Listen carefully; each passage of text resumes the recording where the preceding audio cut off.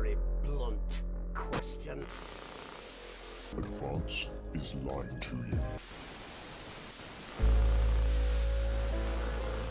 Friends and neighbours, and have confidence that the team will keep you safe. But now you start to see, yes? The people never happy. It's never enough. I cannot believe you, Ellen. Are you saying that Advance have cured death? Jog on!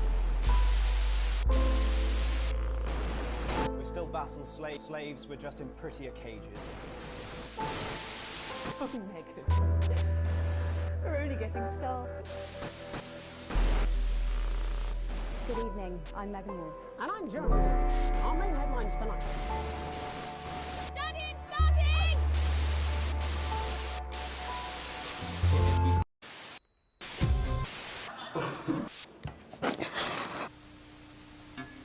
That's all coming up on tonight's National Nightly News.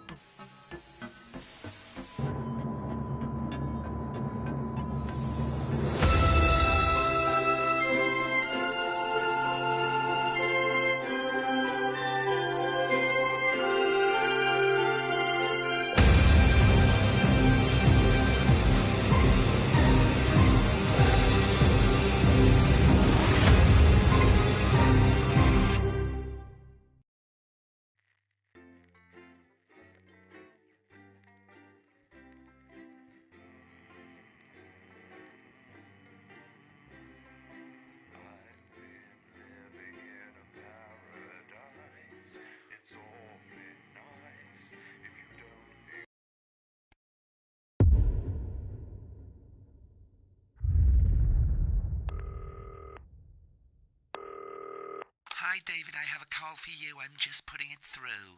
All right, mate. Dave here. Listen, I know you've only come in to clean up the place, but I've got a bit caught up, so you're going to have to run the news tonight. Now, don't worry, it's not hard, and I'm going to stay on the phone and help you. First, I'm going to give you a quick tour of the broadcast room, so if you're not doing it already, look forwards towards all those screens. Right, look up at the top. That coloured bar is your audience. You want to keep the viewers going up and not down. Underneath that, you've got the screens. The one on the right is the broadcast screen. That's what the viewers are seeing at home. It's only a couple of seconds behind the master screen there in the middle. That's the one you control. Now, the four small screens on the left show the different signals coming from the studio, and you can choose between them using the numbered buttons on the vision mixer at the bottom left. Don't worry, I'll talk you through it and you'll pick it up in no time. Now, have a look to your left. These plugs control everything in the studio. I've left them set up for you, so provided you haven't fiddled with them, all you have to do now is throw the master trip switch and we're in business. Once you've got the power on, face the front again. You can see on the broadcast screen that we're in the end titles for the show before us. Fortunately, they go on for fucking ages, so there's plenty of time for me to explain...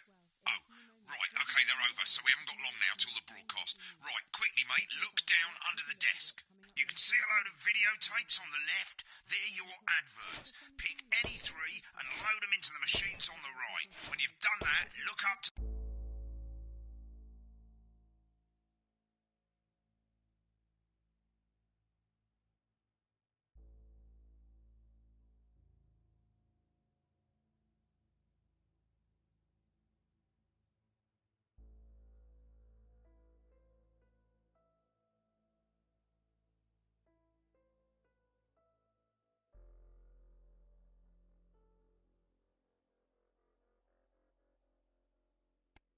the front again. Take on 4 old ladies from East Grinching.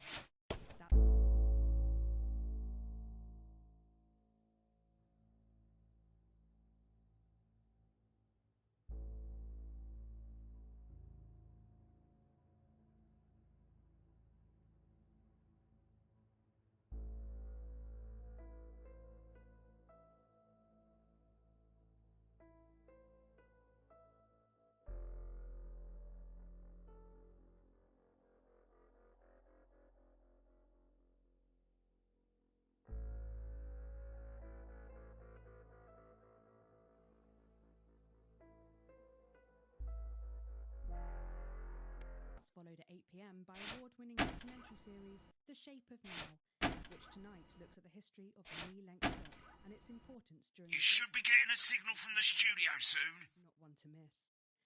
At 9 p.m, sit back and relax with multiple award-winning movie The Freedom... When you get the signal, select screen 1 with the vision mixer and we're ready to go. Prawn and mayonnaise? You know, seafood makes me go out in postures. Yeah, I thought it might increase our viewing figures. Every day. You offer me prawns every day. 10 seconds, everybody. That's how I show love. You're trying to kill me. And yet you persist. Going in 5, 4...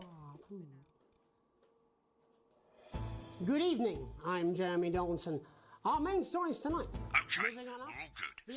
Next is going to be the throw to the news titles on screen 2. There'll be a countdown, but I'll count you in as well. Just relax, mate. It's all gravy. Buys Honest Andy's Totally Independent and corners the flowered market. Top chap. Sports fans everywhere celebrate as popular footballer Johnny Hamsleeves wins Sports Personality of the Year.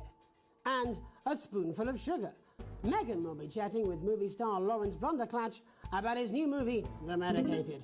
And, of course, we'll be going live to Advance headquarters to hear what the leaders of this fledgling party have to say on their historic victory. Right, button 2 in 3, 2, 1. Lovely, mate. Next thing is the throwback to Jeremy with button 1 when that globe in the middle shrinks down and vanishes.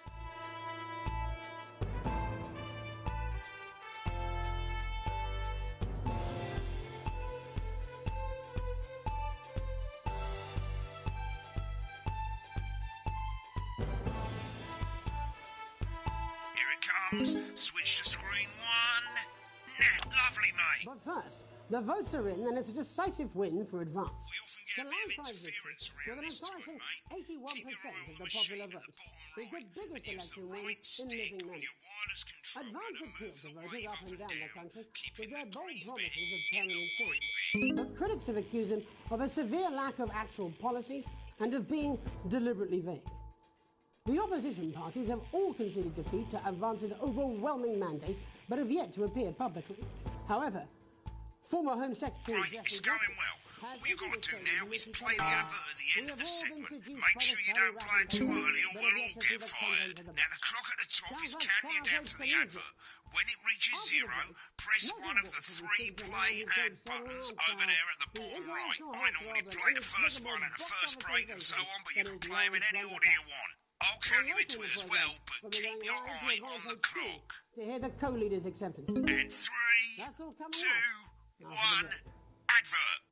1 minute back, everybody. Jeremy, I need you to fill up. Welcome to Crazy Deals, Crazy Pre-Christmas Sofa and Chair Deal. It's a steal. It's a crazy deal. We don't care if you've been naughty or nice. We got green sofas, red sofas, brown cushions, pink cushions. You've got a grey sofa. We've got a great sofa in a grey, a brown, a pink, a yellow, a purple. Neil's deals are unreal. Wicked.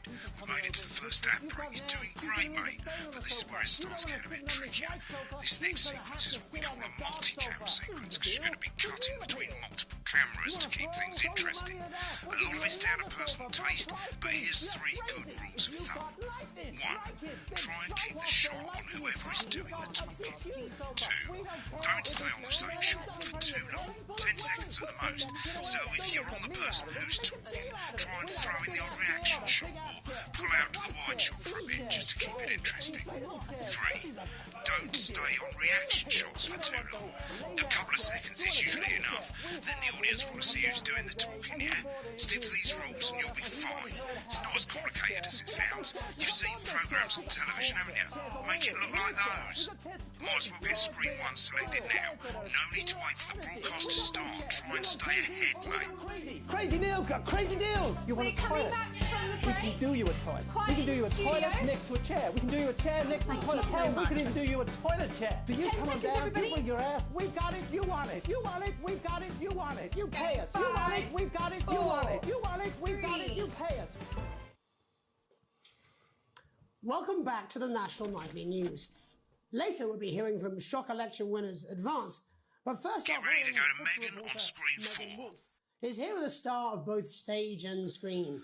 Megan? Thank you, Jeremy. Megan Wolfe, culture correspondent. And today I have a guest who starred in everything from Shakespeare to the go to Blunderclatch on screen 3 when she says his name. Today by none other than Lawrence Blunderclatch. Thank you so much for coming on. Oh, my dear. I do hope you believe me when I tell you that being with you here today is among Switch to 2 for the wide now. May I say, having you here with us is among ours. Right, now just try and stay on whoever's talking. Latest movie, which is called The Medicated. The Medicated, yes. Wow, what was that like? Well, as I said to Peter at the Wrap, that's Peter Jensen, the director. Give us a look at Megan's reaction. Lovely. Now back to Thunder Twat. I've worked with him on several movies, all terribly successful. I said to Peter, what a wild ride this has been. And you know what, Megan? I really meant that. Wow, that is fantastic. And am I right in saying that the character you play in this movie is quite an academic one? Absolutely right. A scientist. Was that a challenge at all? What exactly are you implying? But seriously, yes, you're right. It was a complete departure from my last starring role when I played Sergeant Brock Rockman in Bullet Man. You'll remember that was the true story of one soldier's fight for a love that surpasses all others. A love, of course, for freedom. I think it's grossed over $1 billion, but honestly, who's counting? It's a role that saw you scoop 2 Best Actor awards, if I remember correctly. It's so sweet of you to mention it, but I really am not in it for the awards, although those 3 little statues do take pride of place on my mantelpiece. With all the others, I'm sure. So, if you're not doing it for the awards, what is it then that drives you? Oh, that is a beautiful question, Megan, and not easy to answer. Like you, I'm afraid. Cut me, and I will bleed. And often, that's how it feels, doesn't it? Doesn't it? Bleeding, giving, suffering for one's... Been on that shot a bit long. I suppose in the end, I do it for the difference it makes. I do it for the people that I inspire, the little people. But most of all, I think I do it for the positive change that I can bring about in the world. And today, of course, we're in for some real change, it looks like, in the coming few months. What do you make of this historic election result? Oh, well... Well, now you're asking. Historic election result. Indeed. Historic is the word. Well, it's difficult, isn't it? Very difficult. But, remember the 10-second rule. I've always been quite clear that when it comes to politics, that one should always strive to not fuck things up. Shit, he swore. Oh, well, don't worry, he won't do it again. Sorry, I said fuck. Shit, he did it again. OK, don't panic. I'll explain how to deal with swearing at the break. Medicated, which opens next week Right, around they've swapped the shot of Jeremy on screen 1 for a VT of the movie clip. You'll get a countdown on the screen, but I'll just let Megan cue you in. My character, Dr. Lance Hemlock, is faced with a decision that could affect humanity's very survival. Exciting stuff. Let's take a look. Blunderclatch is losing it in the studio, but we ain't got time for that. There's more interference coming. It's a bit trickier this time, mate. Hold down the R2 button on your wireless controller, and as the frequency changes, match it to the white bit by gently pushing the right stick to the right. You think I don't know that? Now we're going to squash the frequency back by dragging left. Nolans, we mustn't. Think of Carol. Dr. Lance to you, Miss Flanagan. Jubbly, mate. Good for you, baby. Next, we're going to change the amplitude. Same as last time. Hold down the R2 button, but this time, move the right stick up. Upwards, mate, upwards. Doctor. I'm drowning, Lance, you said. You need to see this. Right, now let's match it back by going downwards.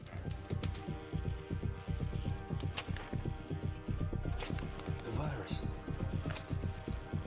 The sterility. This formula. This is the key. We can stop it all. Yes. Bloody perfect, mate. We have to ask ourselves.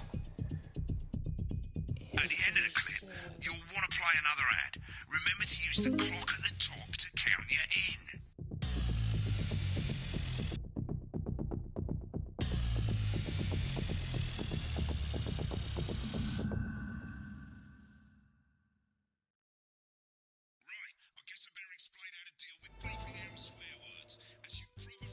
Hi, I'm world-class sporting legend Johnny Hamsey. I'm not fat, but you are. Don't worry, ladies. Now you can have me, Johnny Hamsey, right there in your lounge. Johnny!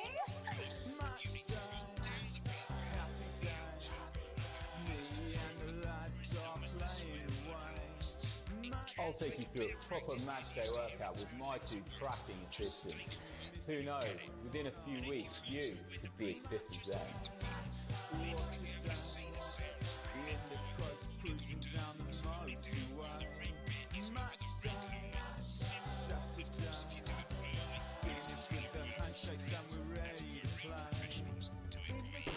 Did you know that fat people are less likely to laugh, marry, or live past the age of 26? These potentially true statistics are all terrifying reasons why you should pop a bit of Johnny in your advert getting louder. Good. You're set to start censoring. Like I say, it takes a little practice, but I'll try and help you through it, and soon we'll have you bleeping like a pro. Every Remember, exercise is recommended by lights sports up, professionals, count and is 72% likely to get rid of those tricky tummies and cool cellulite.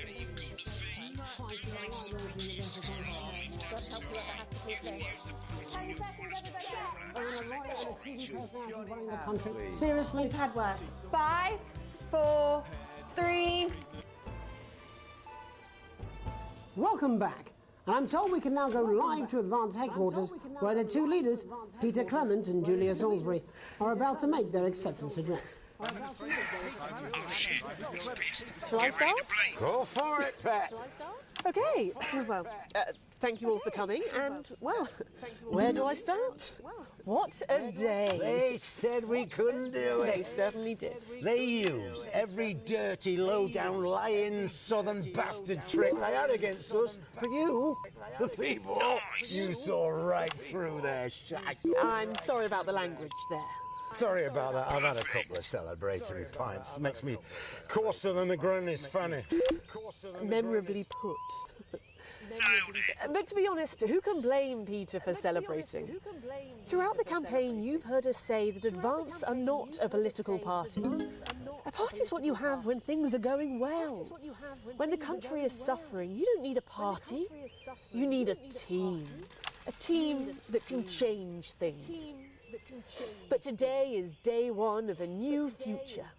A better, fairer future.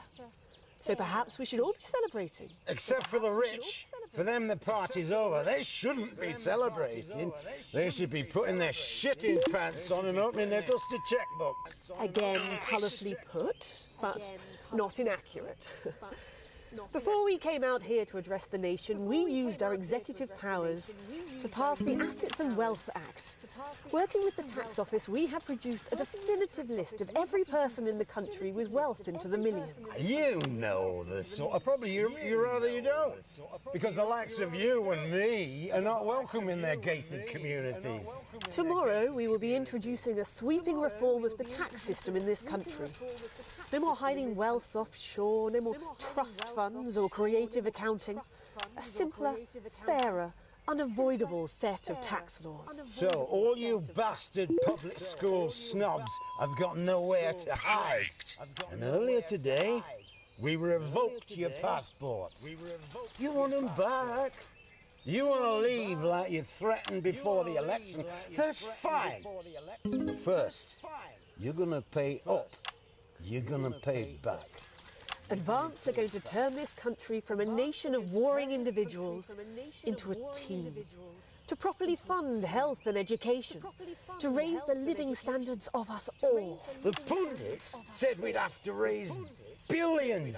But you'll see when we've reclaimed what's ours, that's absolute ferret shite. So to you posh twats. The people who pay you a pittance to serve them drinks in their private clubs. The people whose children you raise. So they've got time to get even fucking richer. Advance have this to say to you. It ends today. We are coming for your sports cars and your mansions and your vineyards. It ends today. We will put the wealth of this country back where it should have always been, in the hands of the people who created it. It ends today. Yes, it ends today. And tomorrow, we'll start making it fair again, just like we promised we would. And until then, ladies and gents, I suggest we all get pissed. I can't argue with that. Thank you for your time. Well, an interesting acceptance speech there from the leaders of Advance. And our apologies for the fruity language. Hopefully we got that bleeped out for you in time. If not, someone's going to be in trouble. So, as the country braces itself for new government, that's all from us this evening at the National Nightly News. We'll be back tomorrow with full coverage of the first day under Advance. I'm Jeremy Donaldson. Have a peaceful night. Right, looks like you've got it now. Thanks for all the help, mate. I've got to go. Ferry's about to leave. Probably won't be coming back. Job's yours, mate. Good luck. With this exquisite limited edition collection, My Salad Weekly.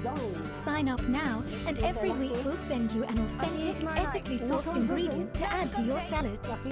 Build your collection week by week and very soon you'll have a salad that really gets the lunchroom. When the programme's finished, you'll get a broadcast report.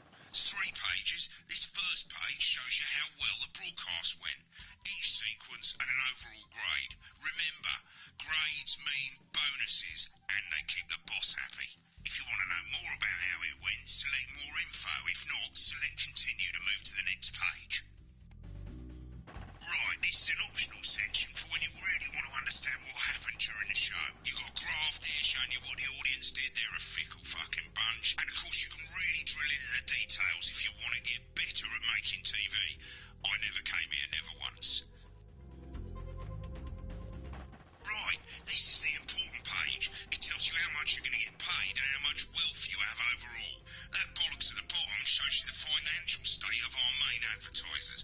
But you don't own any fucking shares. You're a cleaner, for God's sake, so why would you care? This is the last page, and it tells you the state of the world. Tells you how well the government's doing. And down the bottom there, this one's important, tells you what Channel 1 currently thinks of you. In other words, what the boss thinks. Alright, mate. Welcome to the archive. This is where you can have a quick look back at what you've done and how it looked to the public. There's 3 sections: broadcast, rushes and adverts. Let's start with broadcast. Pop in there now. Over on the left, that's all the broadcasts that you've done. Choose any one of them and select load tape. Once it's finished loading, you can use the rewind and the fast forward at the bottom there to help you get to the bit you want to see.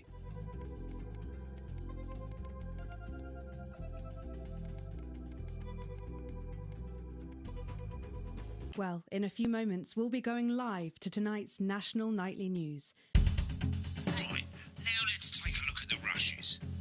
Right, this is the rushes room. It's pretty simple. The 4 screens you can see, they're going to show you the 4 signals you got from the studio during the actual broadcast. Difference is you can mute any combination of them, so you can have a listen to the stuff you weren't allowed to show. Select the broadcast and give it a go, and when you're done listening to the backstage secrets, hit back.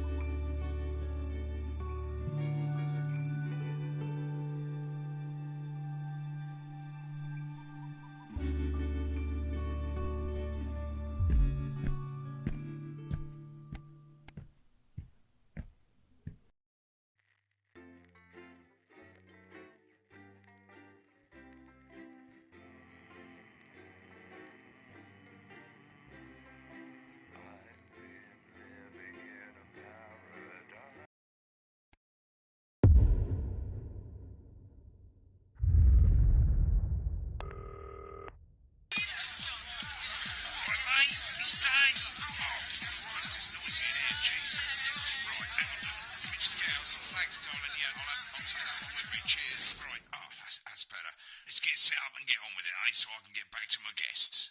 First of all, let's get the power on. You need to get at least the bottom 4 plugs on. Right, let's load up the adverts. You might want to have a bit of a think about it. Your decisions have consequences, don't they?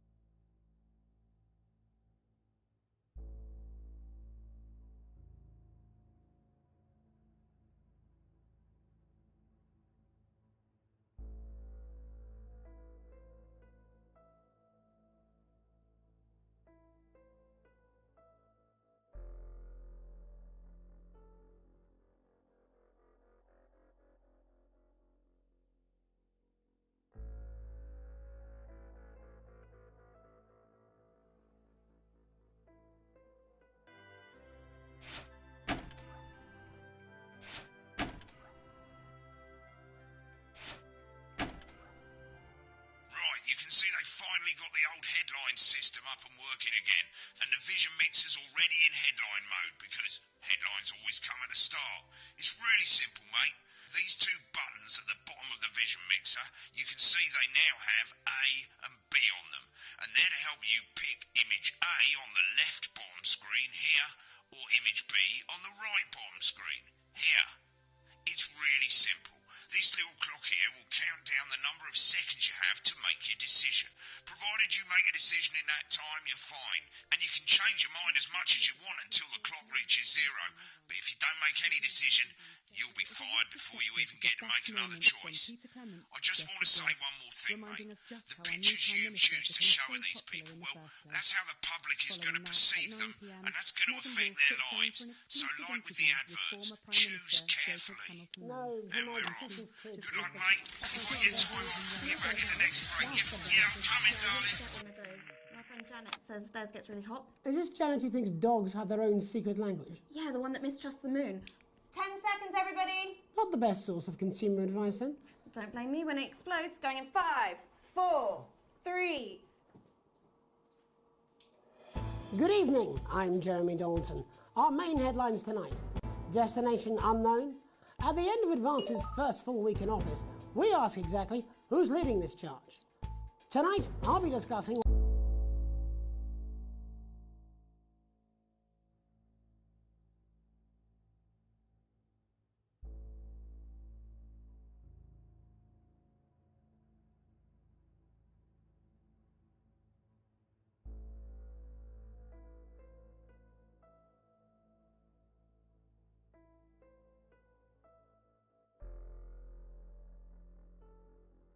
what the new future might hold with a leading economist and radical free thinker. With the country's wealth creators in a state of panic and unfavourable rumblings already heard from overseas, I'll be asking my guess whether Advance can deliver on even a fraction of their manifesto promises. Out with the old, Rimington's Fist have appointed Sophia Rimington as their new CEO. The following photo, taken from our archive, gives us a sense of this influential young firebrand who, at the tender age of 20,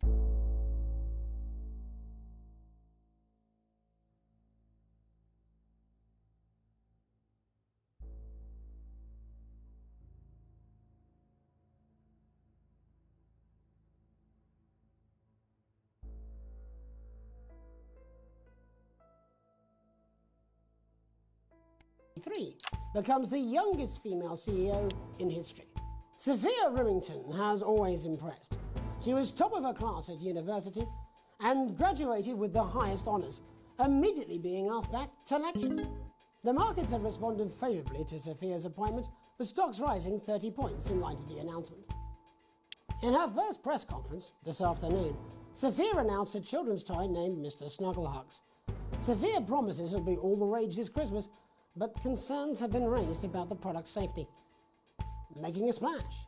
Intrepid scientist Dr. David Wong and marine biologist Ingrid Svalsborg-Horgensford have today set off to explore Dante's Taint. The recently discovered cave system was previously thought unreachable, but thanks to a new breakthrough in underwater flower technology, the pair hope to successfully reach the imposing central cavern and the undiscovered plant species it contains. This is, of course, only the latest in a series of successful expeditions for this unlikely pairing. In a joint statement about the dangers their team might face, the pair stated, "We will face the plentiful challenges together like we always have." Playing the field, rumours abound as sporting legend Johnny Hamsleeves is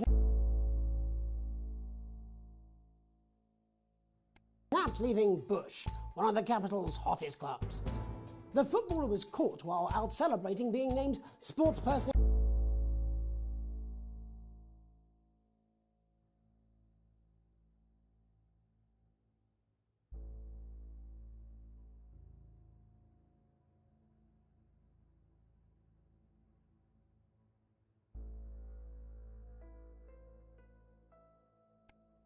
Of the year last week, as reported by this very programme. Johnny is seen here with socialite and performance artiste Tiffany Lamore, whose recent show, Snatched Inside My Snatch, has kept her firmly in the public eye. Could romance be on the cards for these two budding A-listers? And Griever's bodily charm. With Advance promising a radical new position on crime, how afraid should we actually be?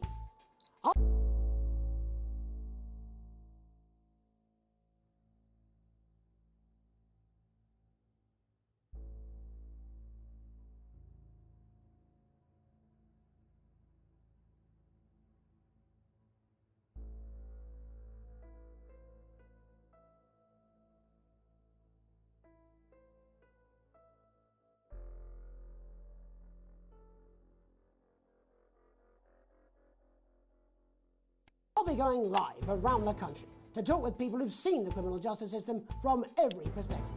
With more and more people saying they're scared to walk the streets alone at night, could this be exactly the right time for Advance's new approach?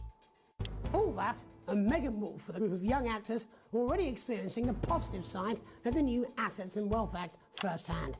They'll be talking and performing later. That's all coming up on tonight's National Nightly News.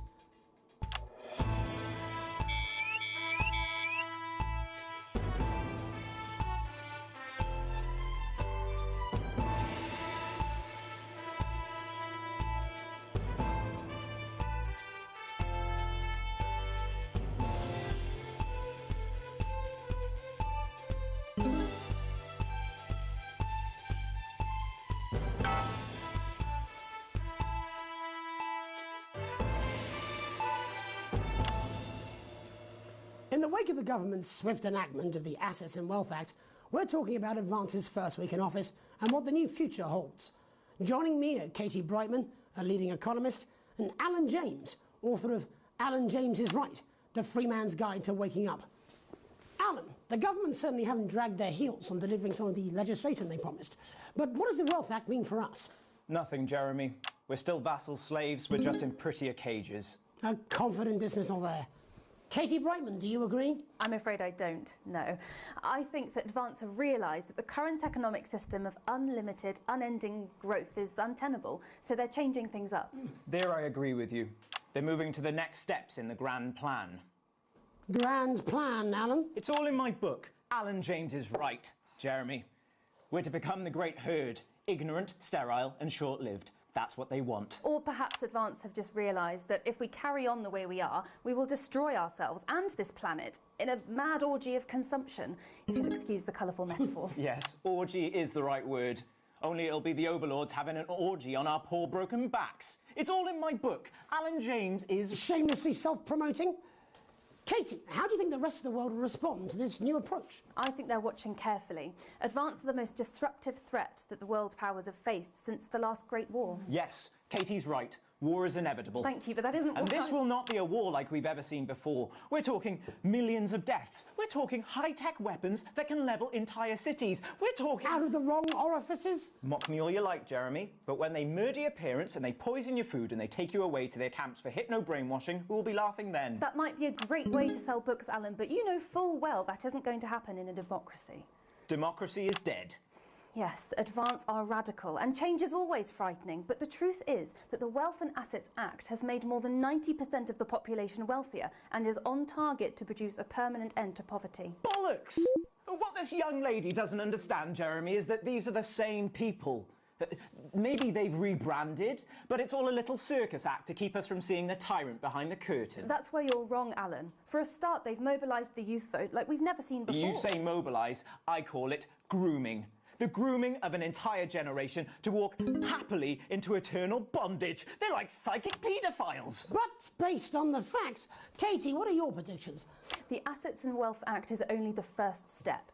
Advance now have a historic budgetary surplus, and as well as properly funding our public services, they're already funneling unprecedented amounts into scientific research and the arts. Or, as I call them in my book, Frankenscience and opiarts. Like opiates.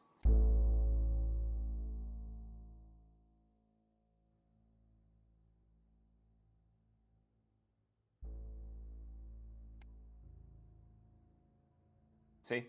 Can we get back to the issue at hand, please, Alan? This is the issue.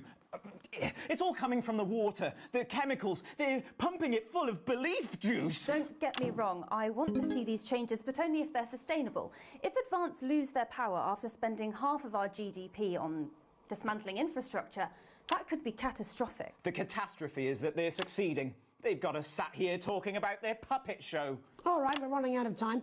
Quickly, Alan, what does the future look like to you? A bleak space where we've all been figuratively sodomised into submission. No, of course. Katie? We might be on the eve of a brave new world. God knows we need some change, but we need to be cautious. Let's walk forwards with our eyes open. Two very different visions of the future there. Alan James, Katie Brightman, thank you for joining me. When we come back, I'll be investigating law and order before Megan meets some beneficiaries of the Assets and Wealth Act. That's all coming up tonight on the National Nightly News. 1 minute back.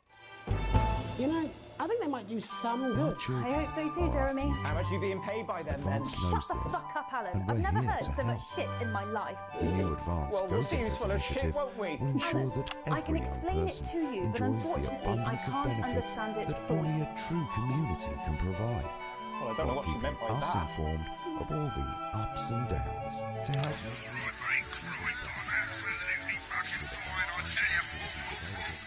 How's it going, actually? Fucking, I don't care. I hate the fucking news. Oh, bloody hell, I love this tune, though. All right, mate. See you later. Bye. March towards progress. After all, I've said there's a nothing word, and that's all I better can do. than moving 10 forward. seconds, everybody. The Advanced Go-Getters. If that sticks, I'll destroy 5, you. 4, 3. Welcome back. In our second segment, we're going to be taking a deep dive into the state of law and order in our country. Advance have already tasked what they are calling a solutions team to move this serious social problem to the top of the list. Tonight, we go behind the headlines to meet the people who live with the criminal justice system every day of their lives. First up, we have Gregory Judge, a lawyer who sees the problems close up on the front line. Can you hear me, Gregory? Yes, I've got you, Jeremy. Thanks for having me. What's it like on the front line of the hard face of the cold hand of justice? Well, as you can imagine, Jeremy, we are massively understaffed in this country. We're working every hour we can just to try and cope with the caseloads on our desks. Which must affect the quality of support you can offer. Well, we can barely keep up with demand, Jeremy. There just simply isn't enough being done at a systemic level to relieve the problem. Greg? We need more support from ministers. What are you doing? We need change at a structural level, I'm Jeremy. leaving, Greg. Not a good time, darling. It never is it? I'll be at my mother's. Just hang on. The problem isn't a local one, Jeremy. It's nationwide. Just give me 5 minutes. I'm talking to Jeremy Donaldson. Oh, have you mentioned your affairs? No. Well, the affairs of the Justice Department that we should be concerned about. Hello, Mr. Donaldson. Hello, Mrs. Judge. We need legislation to relieve the pressure on our public Sorry servants. to interrupt the news, Mr. Donaldson. Can I have a moment to tell my husband I'm leaving him? Yes, I totally understand. Quite the picture of a burdened legal sector there. Gregory Judge, thank you for joining us. Next, I'm joined by Police Chief Constable Bob Peel, a man with a very different perspective on our nation's crime. Do you think there's a problem with the system, Bob? I'm sure we all do, Jeremy. I'm sure we all long for a return to the days when you could safely walk the streets of your community at night, looking in through windows and generally enjoying your neighbours without the risk of being terrorised by some thug with a knife. Or kosh. So you feel the streets simply aren't safe anymore? Where have we gone wrong, Bob? Well, that's not a simple question, Jeremy, but I think it all comes down to moral decay. We've diluted our culture and lost touch with what it means to be a citizen of this once great country. Also, as the vicar noted in Sunday's sermon, we probably shouldn't have banned hanging. And to what do you attribute this moral decay? Foreigners, gays and gypsies mainly. It's all in the Bible. Look, Leviticus clearly states that... Oh, bugger, hang on a moment. Jeremy, your bloody gimp's escaped.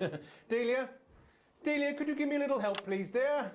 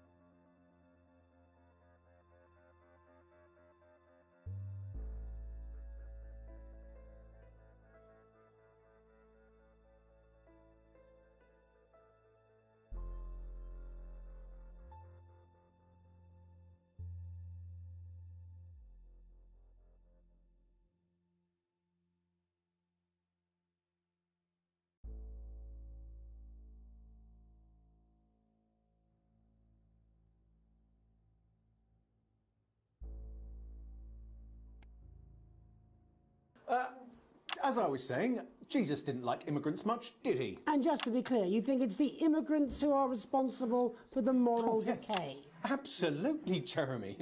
Back in your box, Clive. Back in your box. Delia, I really could use a little help with this. Oh, sorry, darling. I was spaying the badgers. Yes, I'm talking to Jeremy Donaldson. Clive, could you put him back in his box? Oh, Clive, you know it's Wednesday. Back you go. Back in your gimp space. And Off you go. whose responsibility is it to make a change, Bob? Well, it is certainly not the responsibility of the decent, good, white people Darling, of this... where's the padlock? Oh, hold on just a moment.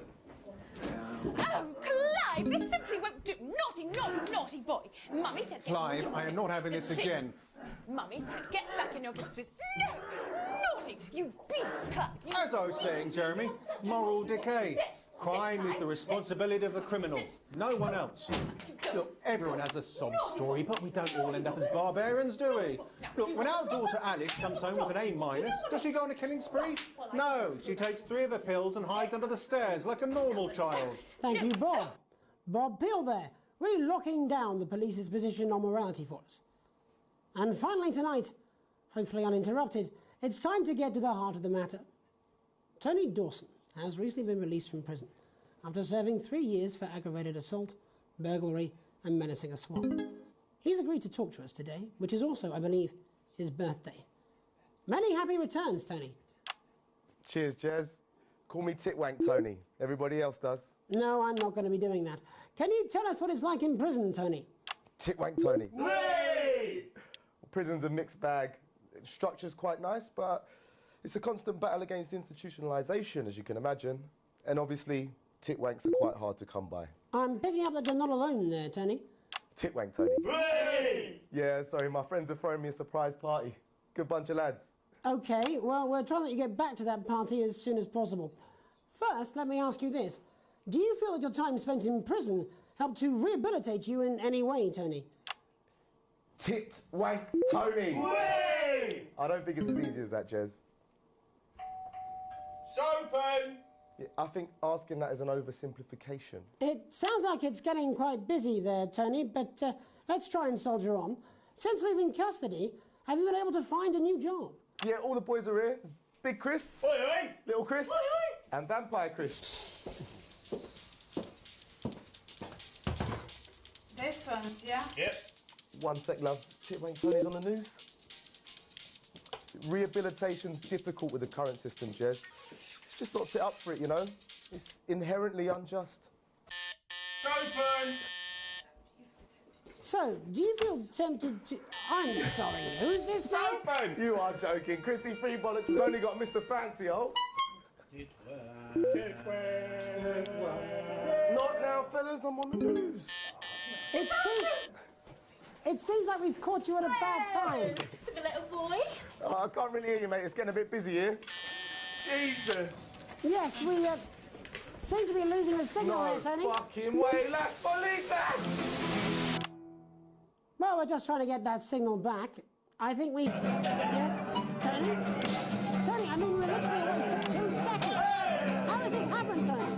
Can you hear me? Well, we seem to have lost our train of thought there a little. Hopefully you, the viewer at home, have managed to glean a broader understanding of the serious and complex issues around law and order. After the break, Megan will be live with some plucky young thespians. Don't go away. We'll be back after these messages. 1 minute back, everybody. Mate, I ain't got long and I'm quite drunk. It's been a great night. In this next section, there's a bit of music. If you edit in time with the music, you can see the result on the vision mixer, and the public will love that. Don't worry if you don't, though. You won't get punished for it or nothing. Just try and stay in the groove. Also, one last tip. When the music starts, turn down the broadcast volume. Right, enjoy the music bit. God, I love music. God, I'm so pissed. I think I'm going to throw up in a bit. One. That's right, little one. You don't want to be left out. Oh, Mr. Snuggle, you're so silly. 10 seconds, everybody. We're not open on Megan. Camera 2. Mr. Snuggle Going in Hugs 5. in stores now. 4. Selling out fast. 3. Welcome's Black. I'm Megan Wolfe, and on tonight's Culture Spot, I'll be chatting with one of the first beneficiaries of the Assets and Wealth Act, a team of inspiring young people from Scritchford Sixth Form College who today received a grant from Advance to take their play, Hey, Friendship, on a tour of local secondary schools. Welcome to you all. Well, let's start with you two, Harriet and Charlotte Winstanley-Hamilton. Girls, you must be thrilled. We are, Megan. We're overwhelmed, to be honest. And I believe you two are sisters, is that right? Yes, Charlotte's my oldest. I'm the older, more popular one. Only joking. Harriet and Trey were really the ones who came up with the whole idea. So, Harry and I were shooting the breeze in the cafeteria, and I said, hey, let's actually do something. So I went to look for a drama teacher. But she'd been laid off due to budget cuts. Fortunately, I directed a pantomime when I was at university, so I knew the ropes, as it were. Oh, right, yes, but you're the maths teacher, aren't you? Yes, that's me, Jeff Algebra, maths teacher. Maths is really important. Oh, thanks, Steve. Maths is really important. Yeah, thanks, Steve. As is theatre. It's one of the oldest art forms in history. Aristotle believed I just think that when we travel around all these problem schools and the poor kids see us, they say, hey, I really want to be like those attractive kids. And that's a very beautiful and powerful thing. We touch our audiences and they touch us right back. I suppose with a surname like Algebra, there was really only one choice of career for me. My wife, Angela, and I, we often laugh about it. Angela Algebra. Yes. We just want to bring a bit of song and joy into people's lives. and teach people about the difficult issues. The issues in the play are what really matter. And I think you're going to be showing us an extract from this play, aren't you? Yeah. That's right. To put into context, I play a young first year who's having some troubles at school. Her character doesn't actually have a name, yeah? Because in a way, she's like all of us. It's like a metaphor. Maybe she's you at home, or like, maybe she's you, Megan. Maths is really important. Yeah, thanks, Steve. Put it in, coach. Yes, thanks, Steve. Right, well, I'm going to have a little chat with your teacher while you run off and get ready. I can't wait to see it. That's it, that way. So, Jeff, when did you first hear about the grants? 2 days ago. A letter from Advance arrived at the school. Now, the headmaster thought it was all a prank, but his secretary retrieved it from his bin and brought it to me. Wow, how did you react? I also threw it in the bin. But then Harriet and Trey rescued it, and they rang the number at the bottom of the page, and next thing you know, we're on tour. Wow. Well, I think we can all guess which way you'll be voting from now on. Do you know what? It's funny, because Angela and I don't usually vote. We're not very political. I'm a mathematician, of course, and she's a paraplegic, mainly. But we did used to watch that Peter Clements DIY show back in the day, and so we thought, why not? Let's have a go at this old democracy thing. Okay. And here we bally well are.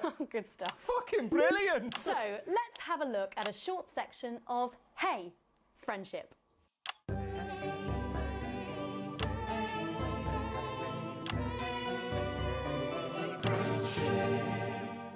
Dear Diary, I'm not sure I can take another day at this school. Another day of tears. Tears. Another day of fears. But still I walk the corridors alone. Alone. Dreading what might be around every corner. What's around the corner? What's around the corner? What's around the corner? Oh, hi, Gary. Oh, heavens, no! It's Gary the Fist! Gary the Fist! Going somewhere, little first year? Great. I've been looking for some poor victim to bully all morning. But will this make me feel better about my violent father? Violent father. Excuse me, I'm late for maths. It's my favourite subject. And so important. Maths is for losers. What? Maths is for losers. My arm's stuck, coach. Keep going, for fuck's sake. Right, maths is for losers. Now, give me your lunch money. Double lunch for me today, but why am I only truly happy when I'm eating? Not today, Gary the Fist. What do you mean, not today? Who are you? Oh, my arm's free, coach. Brilliant, keep going. Right, who are you to stand up to me? I'm Gary the Fist, and you're just a sad little girl with 2 gay dads who's all alone. That's where you're wrong, Gary the Fist. These are my 2 new friends. Vanessa is captain of the netball team. Yeah. And Blake owns a motorbike. Yeah. But I can't fight all 3 of you, and I don't have any friends of my own.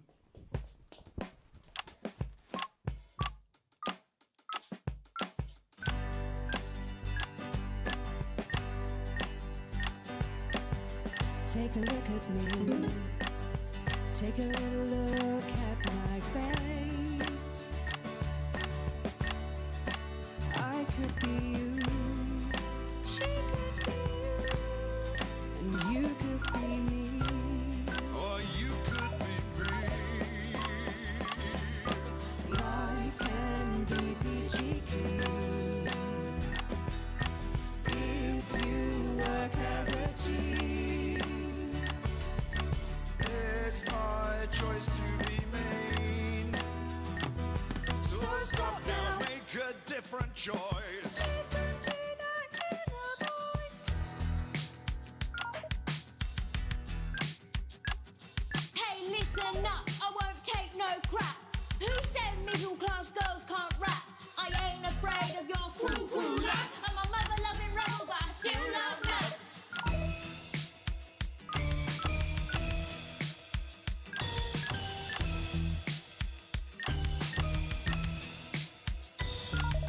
Hey, kids, I'm Gary the Fist. People think that folks like me probably shouldn't exist, but that's just prejudice, and I'd do better if you knew the way that I became Gary the Fist.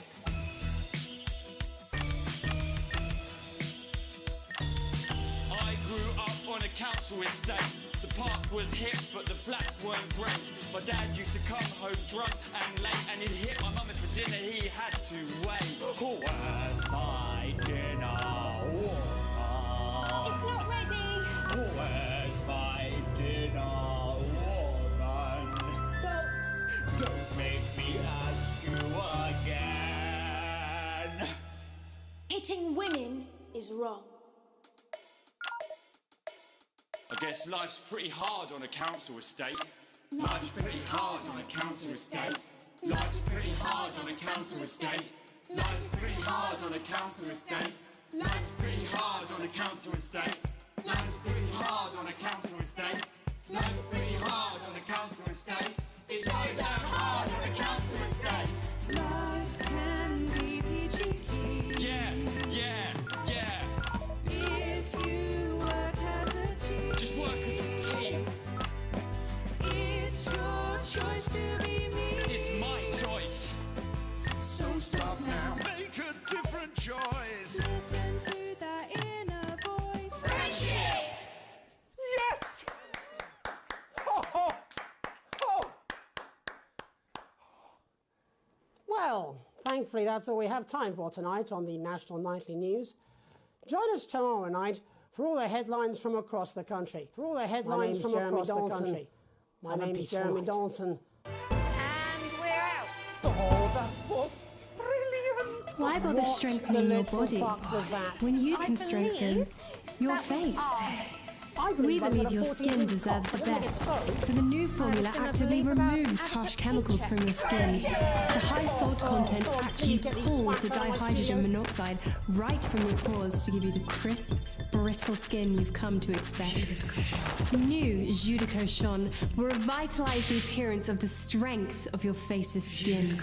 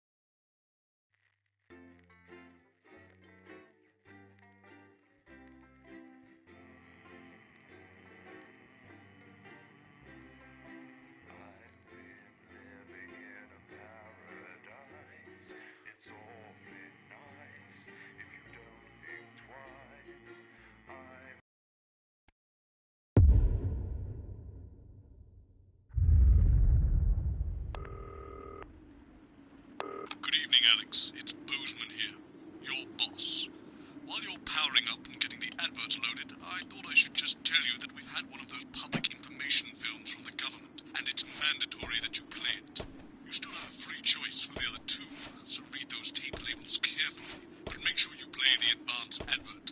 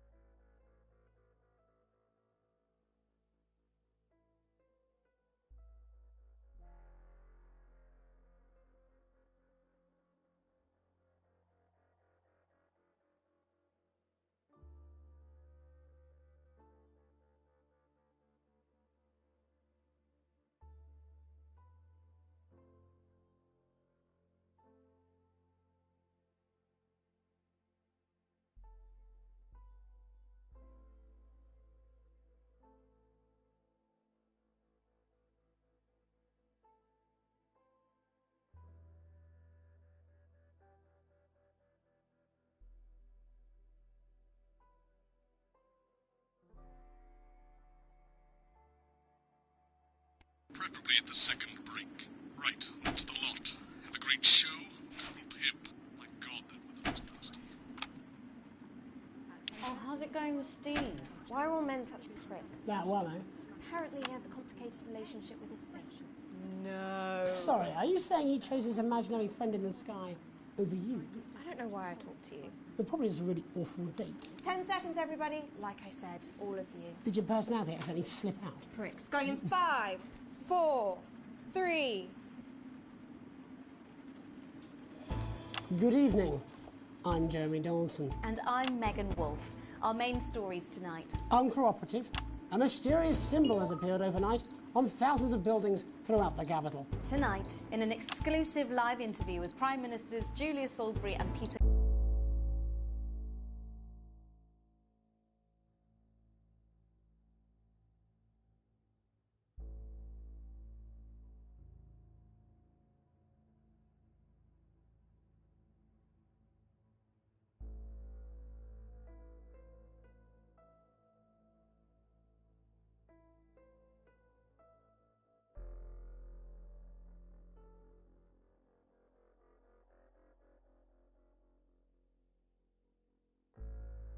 Clement, I'll be asking what this mysterious symbol might mean. Critics have been quick to dismiss the graffiti as a publicity stunt or an act of frustration by a tiny disorganised group of those who will never, under any circumstances, be content.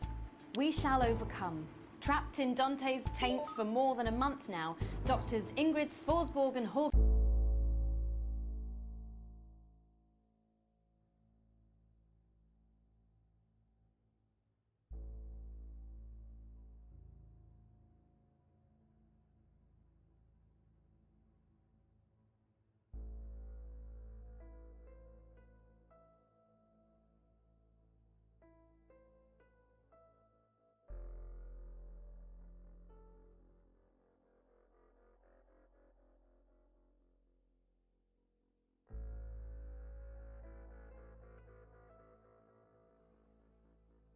Board and David Wong announced today that they're considering 2 possible options. With 2 of the finest minds in science working together, hopes are still high for the eventual return of the team to dry land. While both options are still on the table, support seems to be growing for a daring escape attempt. If a group of fungus experts can't fix the most advanced craft ever conceived by man, then who can? Bearing their opinions, the formerly rich are fighting back with a naked protest. Our very own Robin Short was on hand earlier today when...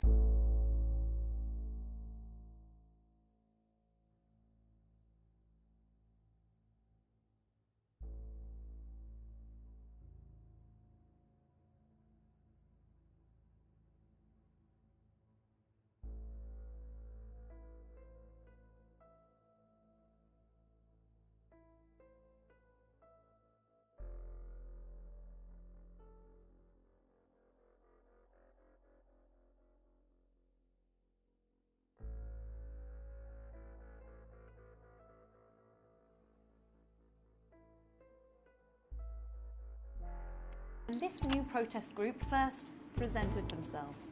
It might seem amusing to us, but clearly this formerly overprivileged section of our society is not adjusting well to the new future. It's often too easy to forget that not every citizen is thriving under advance. Table for two.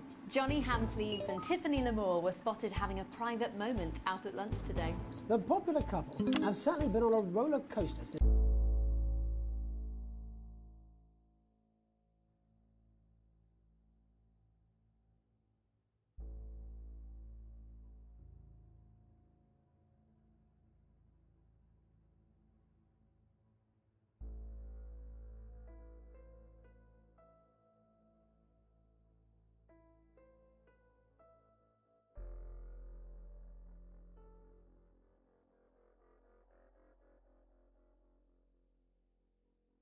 They started dating late last year, and this image is sure to place them firmly back in the tabloids.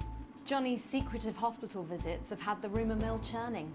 I think it's safe to say that they're not looking at his school report. Is this once celebrated role model about to become the bad boy of sport? And onwards and upwards. In an attempt to put the Mr. Snugglehugs disaster behind them, Rimington's Fist CEO Sophia Rimington today announced a brand new product that already has the markets buzzing with interest. This groundbreaking product came as quite a shock when it was revealed earlier today.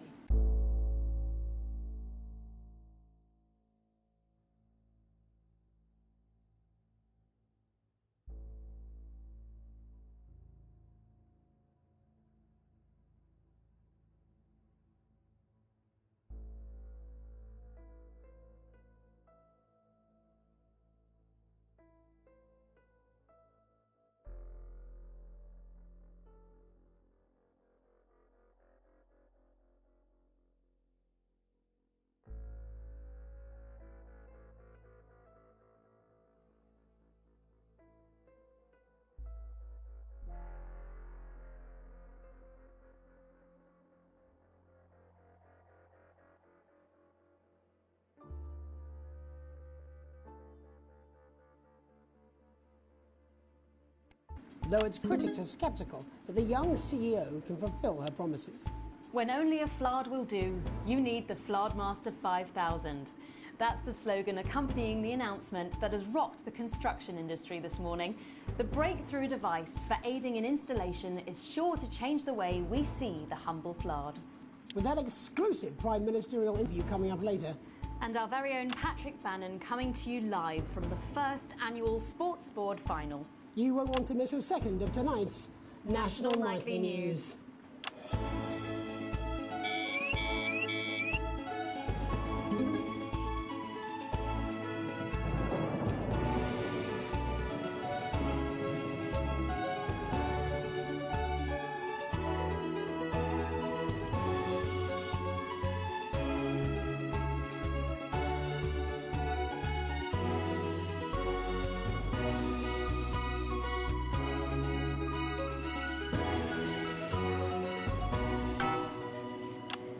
First tonight, after the Christmas horror caused by Mr. Snugglehugs, we have an exclusive interview with one of the victims. Poor 7-year-old Timmy Tadlock, like so many of those affected by the Christmas bloodbath, has spent the last 3 months undergoing a series of reconstructive facial surgeries.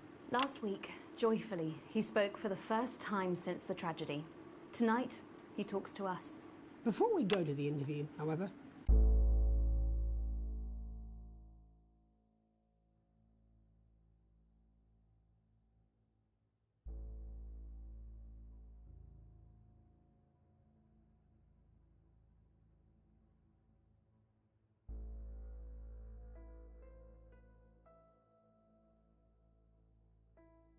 this station would like to issue a full and frank apology for any part we may have played in the tragedy.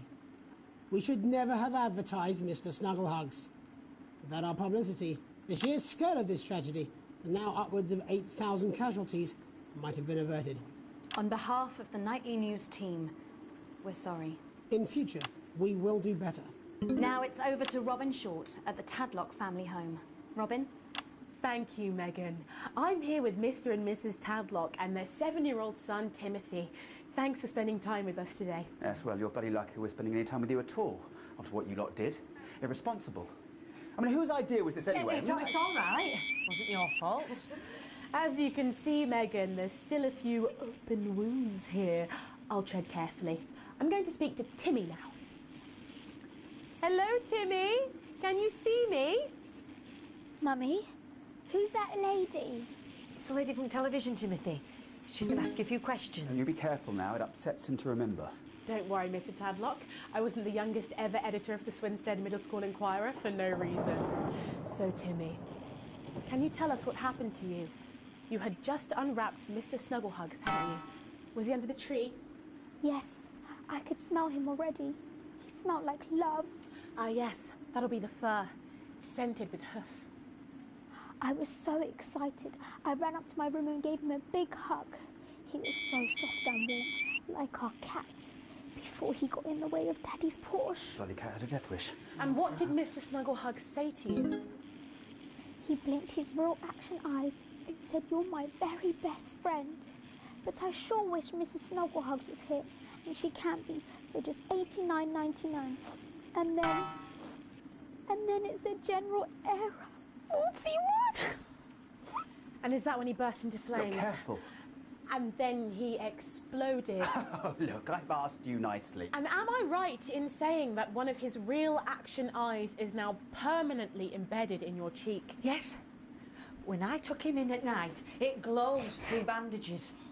I know it's under there, staring at me. Yeah, some of the other children have started calling him Timmy Three Eyes. And with his glasses, that's 5. It's too many eyes, Robin. And what's the last thing you remember before the darkness overtook you? He looked at me with his one eye and laughed. Laughed as he burned. It sounds very traumatic. Oh. Do you have nightmares? Oh, right, that's quite enough of Timmy? you two coming in here with your camera trying to make a buck out of our suffering. I won't have it. Mr. Tadlock, just a couple more questions.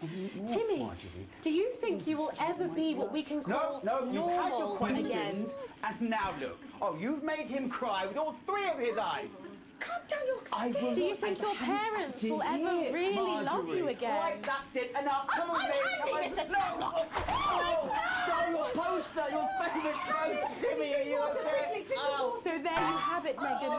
Just one of the many victims of an indescribable tragedy that has shaken our nation. I'm pleading, am I not? Thank you, Robin. Harrowing stuff. And many questions to be answered by Sophia Remington in the coming days and months, I'd wager. How will she turn this crisis around? So, Jeremy, what are the warning signs a consumer should look out for when they're spotting a dangerous toy? Well, Megan, experts advise to always check for the new Advance mark, which guarantee a level of safety and quality. Yeah, can we just get a close-up on camera 3 here? So if we take a look at this National Nightly News mug, you should see the mark just on the base of it there. In the wake of the scandal, the government were praised for their swift response in bringing in this set of stringent checks and new products. It certainly is good to know that someone's watching out for our families. When we come back, our very own Patrick Bannon will be live from the Sports Board Finals. Stick around, you won't want to miss it. We'll be back after these messages. 1 minute back. Oh, sorry, I'm bursting. She's When very you can good. strengthen your face. Yes. Watch back, Jeremy. My name's Helena Canterbury Boatshoe, and I'm 47. You know me from films like The Medicated, me and my Alex, Bozeman, we're getting reports in that naked protesters might try and spoil the sports board final by waving their fleshy bits about. Try and make sure you don't broadcast it. It's 6 p.m. for God's sake. No one wants to see fannies on the news. Bozeman out. We believe your skin deserves the best, so the new formula actively removes harsh chemicals from your skin. The high salt content actually pulls the dihydrogen monoxide right from your pores to give you the crisp, brittle skin you've come to expect. That's what it says. Yes, I understand that, but I always say welcome back. I think we should just keep it as it is. 41% of women we surveyed said they loved their visible flakes. And 7 out of 10 dentists would recommend it. 10 seconds. I just felt a drip again. Have they not fixed this? Want to see us try? It's good for the ratings. 5, 4, 3. Welcome back to the National Nightly News. I'm Megan Wolfe. Coming up later, we'll be speaking to the Prime Ministers about their exciting new healthcare facilities, transition centres. Nice to see they care. You're absolutely right, Jeremy.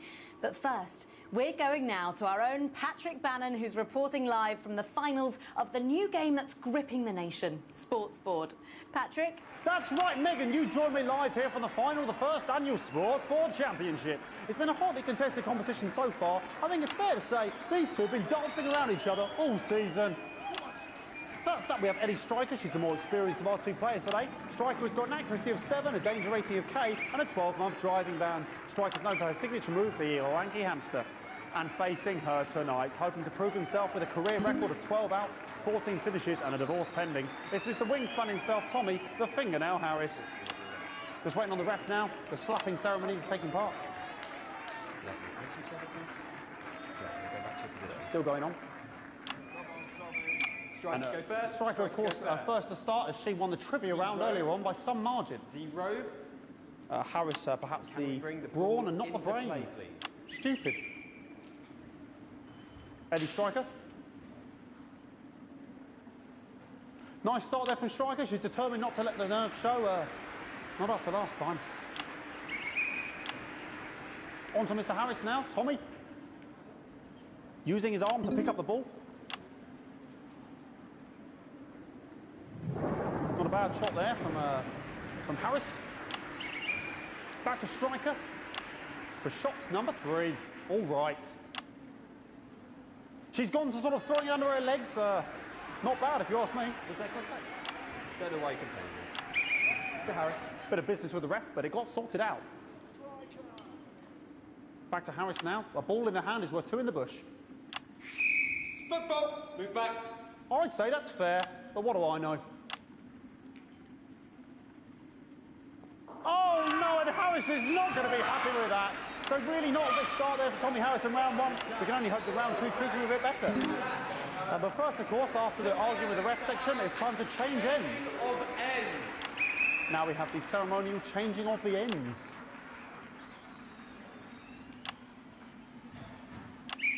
And of course, now they go back to the starting positions, as that makes sense.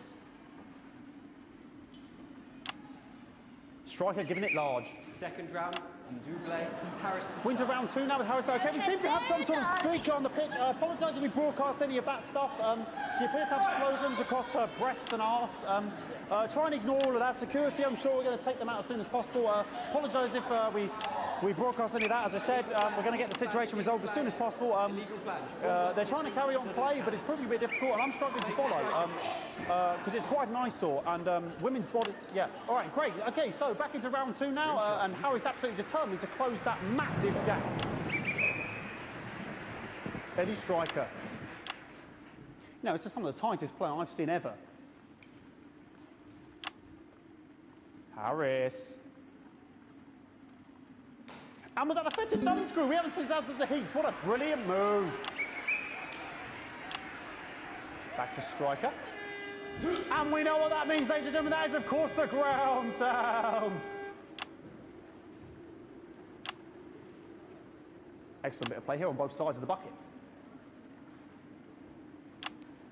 I don't know about you at home, but I'm finding the technical mastery in display here absolutely blooming jaw-dropping.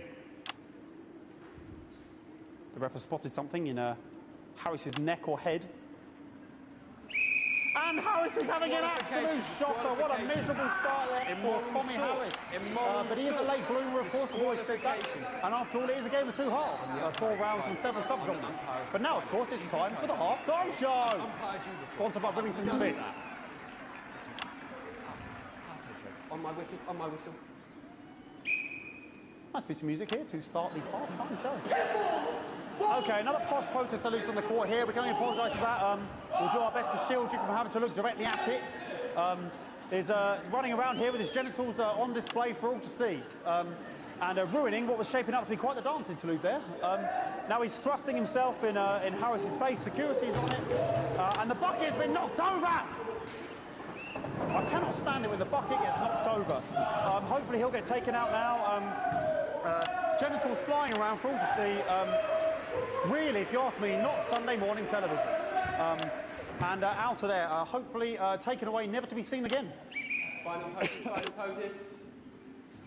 Ball boy cannot be in the final pose. And a lovely finish there on both sides of the bucket. I wouldn't like to call that one. And as we head into round 3, I'd love to know what's going on in these two players' heads. But unfortunately, because of science, we can't. Thank you, thank you, thank you.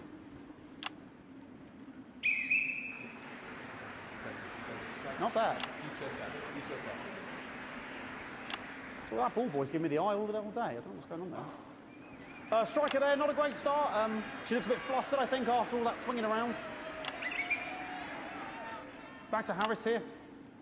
God, what I wouldn't give to be that ball. I'm all right, ladies. Tommy Harris. And it dribbled down his arm, which is actually a really good move, because, of course, if it dribbles down his arm and goes on the floor, it's not going in the bucket. Back to Striker.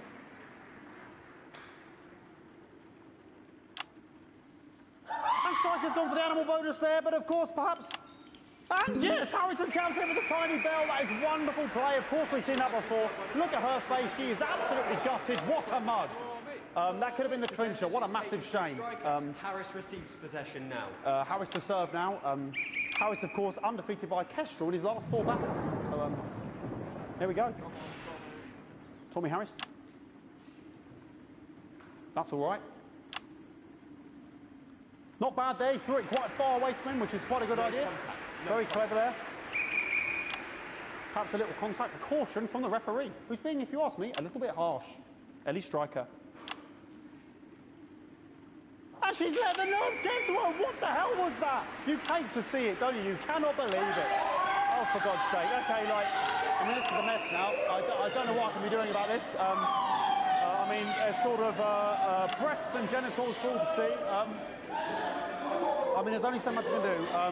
They're sort of everywhere, aren't they? All right, I'll try and carry on. The players are trying to carry on, but of course it's difficult because these protesters, hopefully we can get them taken off soon so we can carry on with the match. Okay, something nonsense is going on here. Yes. We want our money. Yes, very good. Take them away.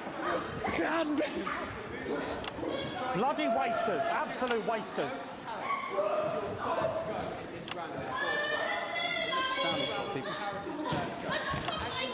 Oh, jog on!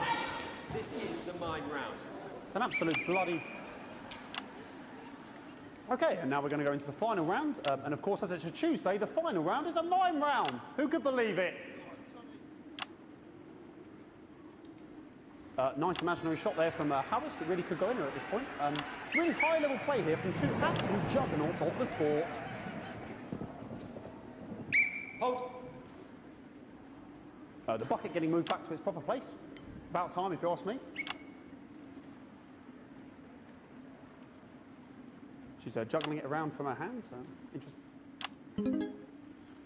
And she's put it in her mouth like as if it was an egg. And now she's and she spat it out. She did the egg spit. So a wonderful move there, quite late on. Illegal spit. From Striker. But she's in it to win it. Harris's ball. On it like a car bonnet. Tommy Harris here, having a bit of beef.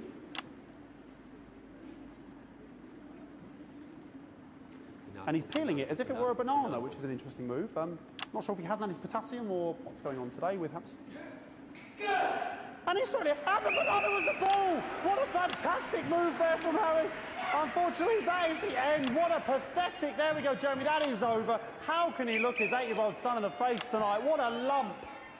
We just have to wait for the referee now to announce it to make sure it is all official. Contestants in, please.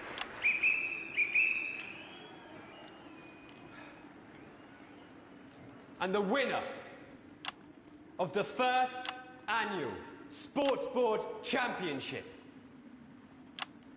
is...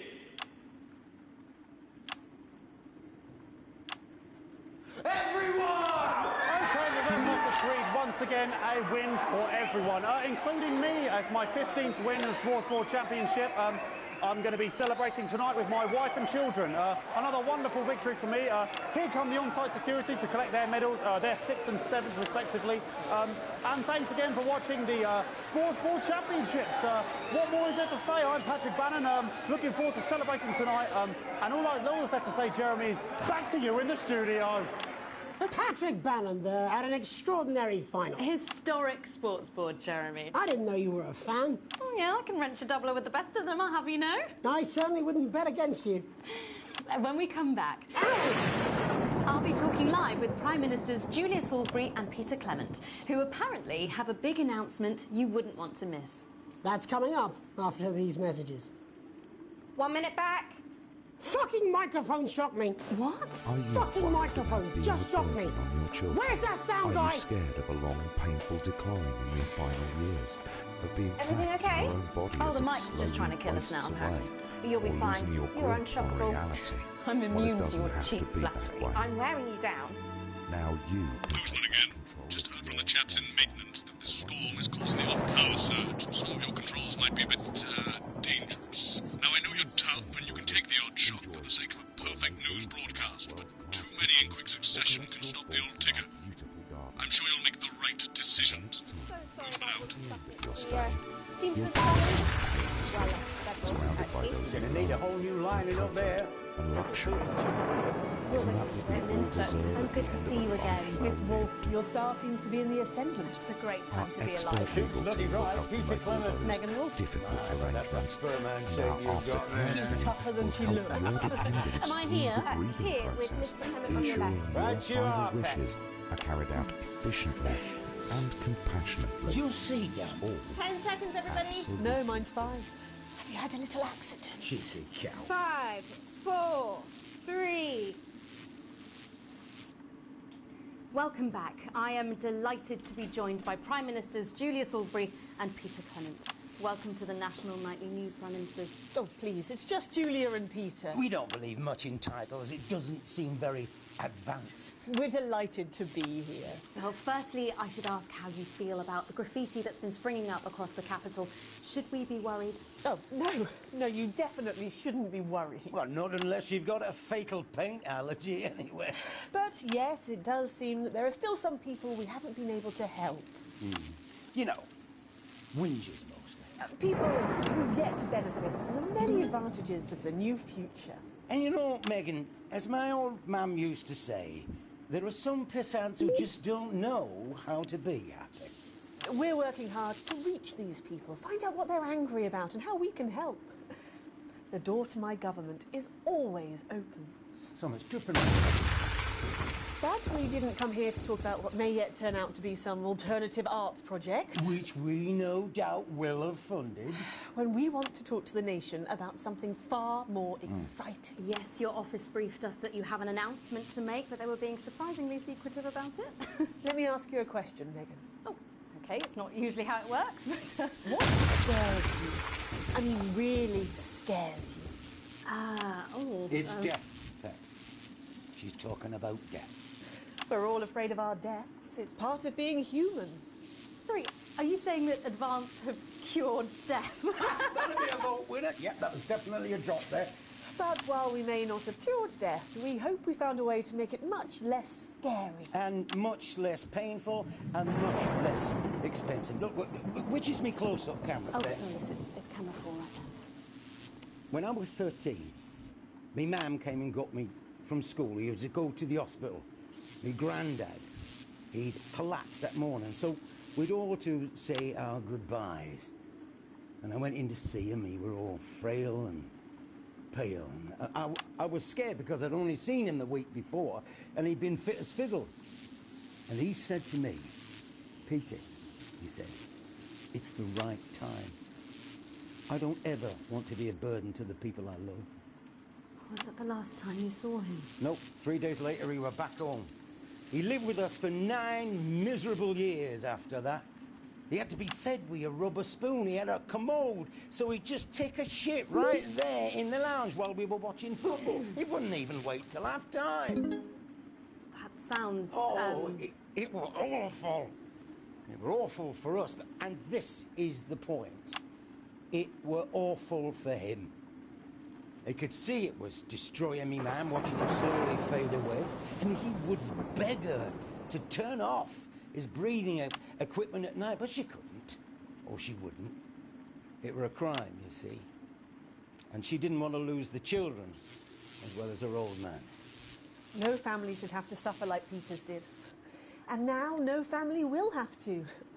The health service is today opening the first of 300 new transition centres. The transition centres will handle everything for your last days. The legal, financial, medical and emotional costs are all catered for and paid for by the government.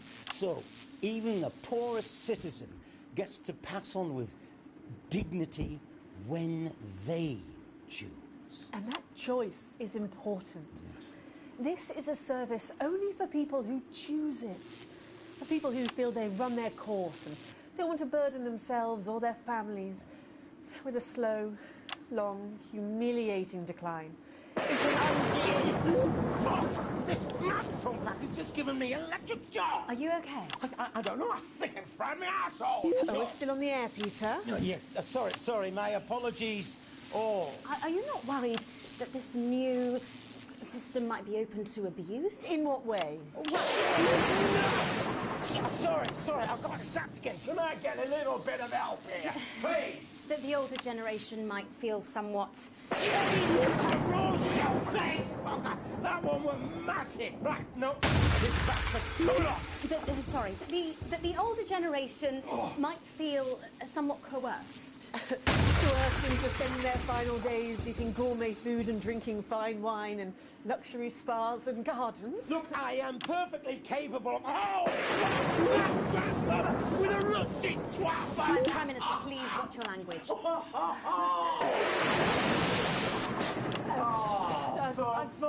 sake! Go get yourself sorted out. Right. We're launching a government information film tonight. It should tell your viewers everything they need to know. You really do move at a breathless pace. It's hard to believe you've yet to be in office a year. Oh, Megan, we're only getting started. And on that note, thank you both so much for being here.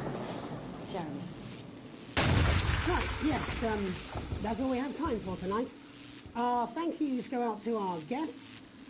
Congratulations to all the winners at the Sports Board final. We'll see you tomorrow night at the same time. My name is Jeremy Donaldson. If you can, have a peaceful night. And we're out. Good job, everybody. So they just... I don't suppose there's any way this could be a good thing. It's my nephew, so we transitioned the moment I saw the leak.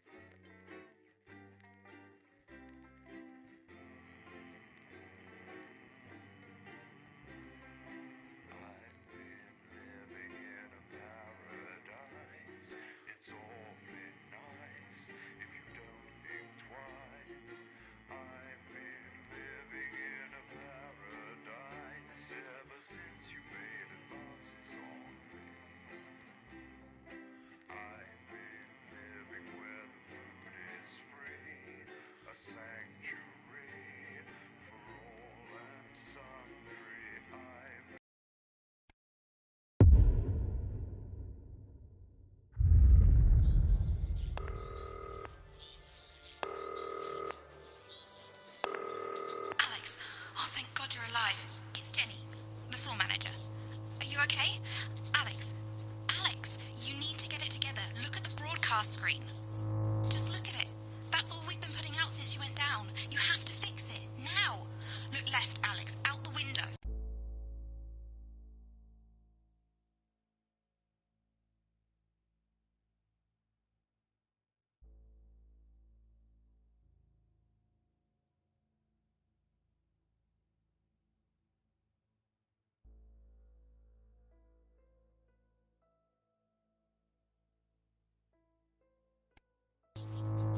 See? They're all over it, little bastards. You're going to need a full charge to clear that many off. Hold down the big button until it's fully charged, then release it to zap the little fuckers. Excellent, Alex. We're broadcasting again. They must have built up while you were napping. Usually it only takes a tap on the button to clear one. Look, there's a lone one climbing now. Zap it off before it starts to mess up the signal again. Great. That seems to be the last of them. For now. Right. We're about a minute out. Get the adverts loaded up. I've got to deal with my pet idiot. And Alex, keep your ears open. You'll hear them climbing up the tower. Don't let them build up.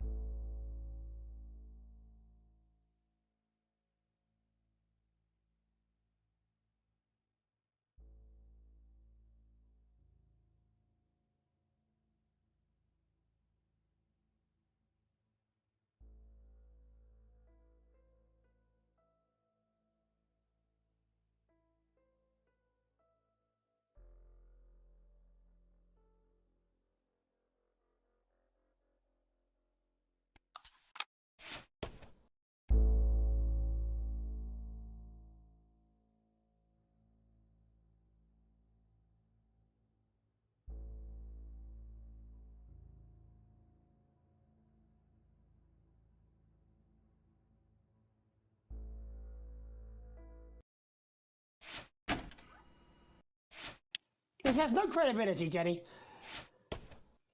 No professionalism. It's not a mess. Everything is where it should be. It's ramshackle and characterful, and I expect you to know the difference. That's followed at 8 p.m. by a Of Zors-winning course, Megan's documentary face series, looked lovely, The Shape but of I can't Femme, see it, can I? which tonight looks Thanks, at the Jenny. How's long-forgotten Locking with phenomenon we boyfriend used to going? call outside. Decided to take his 9 chances on the sit wild back and streets, eh? relax with Rather than multiple endure another award-winning romantic movie, comedy. Electric Fever Dream, starring Lawrence Blunderclatch as Helena Jeremy, Canterbury Jenny says your Boche hair looks and vice stupid. versa. Yes, I can hear That brings her. us to 11:15, where, She says as she's not usual, talking to you. Dr. Adrian Yes, I Atkinson know, I Blindley can will hear be her. eating his guests Shall I count us in? incisors. Make and it so. tonight he's got a chubby Okay, traffic 10 warden seconds. from Stainstable in Break his a leg, crosshairs. everyone. Preferably a furry one. 5, 4, 3... Good evening, I'm Jeremy Donaldson. And I'm Megan Wolfe. Our main stories tonight. Snugglefucked? It's been almost 5 weeks since all the Mrs. Snugglehugs toys woke up simultaneously in factories worldwide and began searching for their husbands. The Mr. Snugglehugs we had so short-sightedly destroyed. And now, as this photograph suggests, they may be changing tactics. Built to surprisingly traditional gender stereotypes, the Mrs. Snugglehugs have been arming themselves with a variety of household implements. All the more reason to make sure that cat...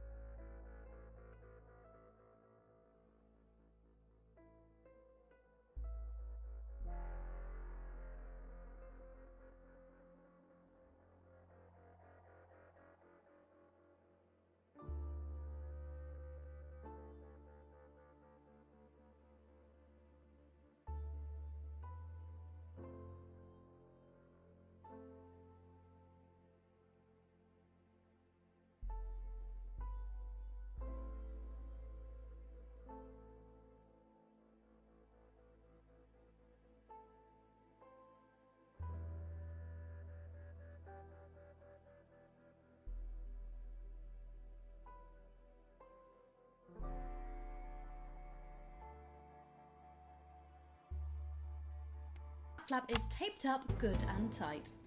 This frightening new development means that even those previously thought to be relatively safe, like the young and fit, must take care to watch their backs and keep their ears open for the soft steps of sinister feet. Going stir crazy, with no signs of Mrs. Snugglehug's batteries running out and the government lockdown now in its 31st day, domestic relationships across the country are taking some unexpected turns. Dramatic reports are beginning to emerge of uncharacteristically bold behaviour in homes across the country. And we're not talking about the model planes that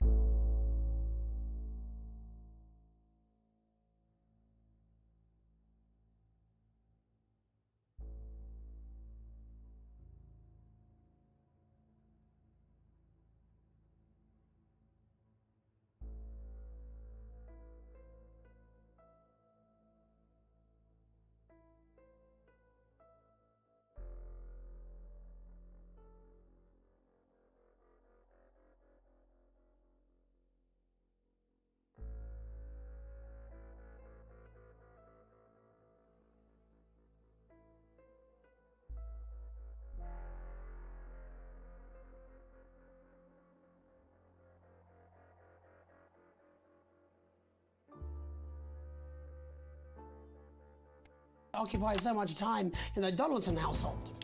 With dating options limited, many house sharers, in particular students, are finding solace in co-tenants they'd previously rejected as unfuckable, indulging in an activity that has become known as snuggle-tugging. Transformation. Popular cemetery Johnny Hamsleeves, who has recently been suffering with his health, sent us this photo today, presumably in a pathetic attempt to stay relevant at a time of global crisis. Since receiving his test results, things in Johnny's life have taken a surprising turn. He's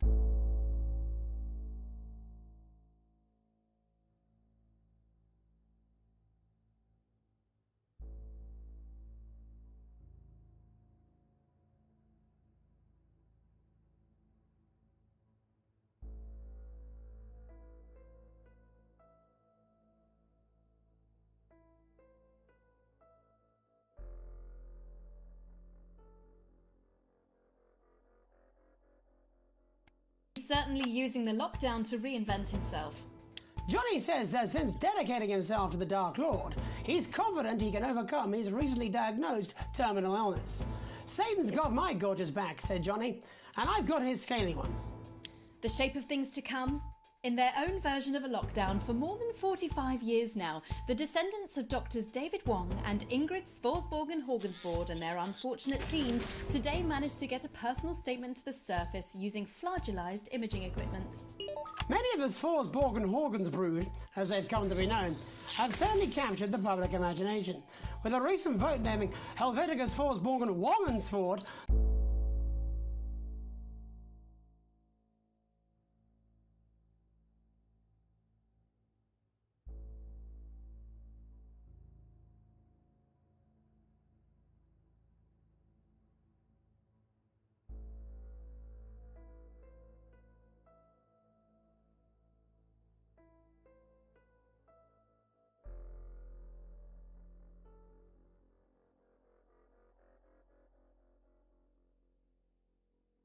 the most likely to survive a massive electric shock. Greeting from Dante's Taint, or as we say down here in the family, many mushrooms to you. I don't know what a Mrs. Pluckless Pug is, but they sound like they're causing you guys real problems. We've been trapped down here for 8,961 days now, and all I can say is I sure am glad Mum and Dad chose not to get on that escape craft. Since they grew me and the rest of the family, we've been getting on famously, and sometimes Mum stops crying for upwards of 20 minutes. Also, it turns out, at a push, you can eat flags, if you can handle the stomach cramps and the amnesia. Greetings from Dante's Taint, or as we say down here in the family, many mushrooms to you. It's hard to believe they've been down there so long now. But everyone knows time moves differently underwater, Jeremy. That's why baths take so long. That's right. And as anyone will tell you, the deeper the bath, the quicker the relativistic forces of temporal causality will have a measurable effect upon the fixed dimensional parameters of your environment. Yes, I've said that many times. Papers, please. With the lockdown becoming ever more rigorously enforced, having a passport is becoming increasingly important, Alex.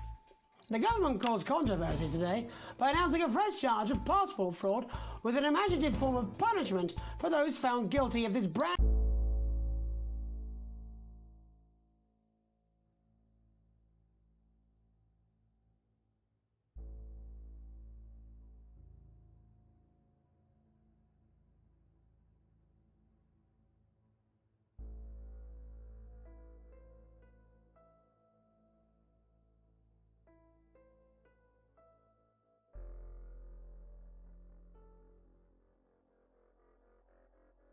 New but incredibly serious crime. The international community have been critical of Advance's decision to begin branding those found to be abetting passport fraudsters. The red hot metal may seem painful, but I'm told it's actually preferable to most music currently in the charts. And Advance speaks out, with the snuggle struggle proving a test to governments around the world. Advance HQ released a curious statement this afternoon. In the accompanying release, they asked us to stress that they have been listening and that this should be taken as a response to how the people really feel. We've certainly done our bit on this show to contribute to the political climate. But let's not forget, how we behave in our home lives is what really matters. Let's hope it's not just me who filled out that questionnaire, Jeremy, or we're all in trouble.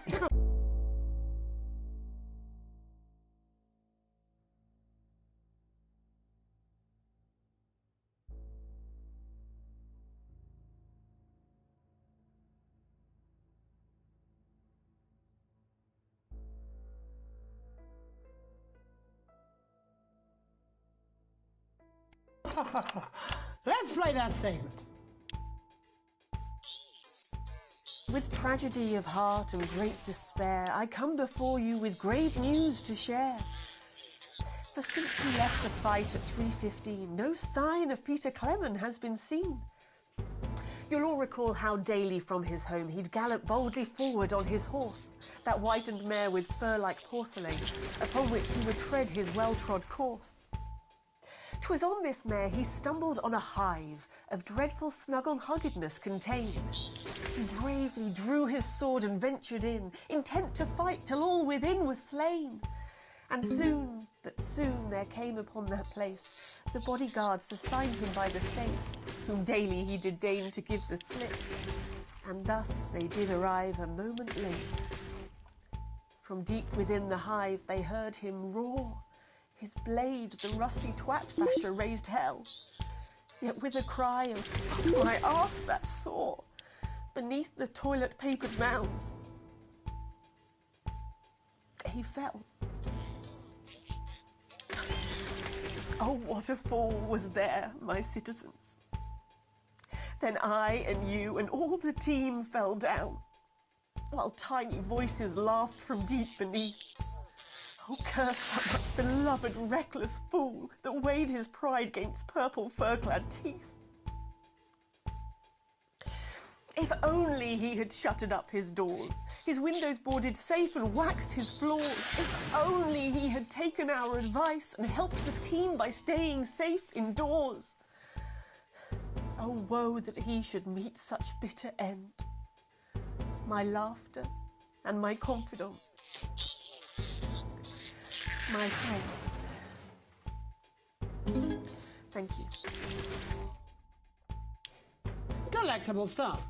Later tonight, Jeremy will be catching up with brave roving reporter Patrick Bannon, while I check in with two friends of the programme who find themselves stranded at opposite ends of the country. And then, in part 3, there's going to be a quiz.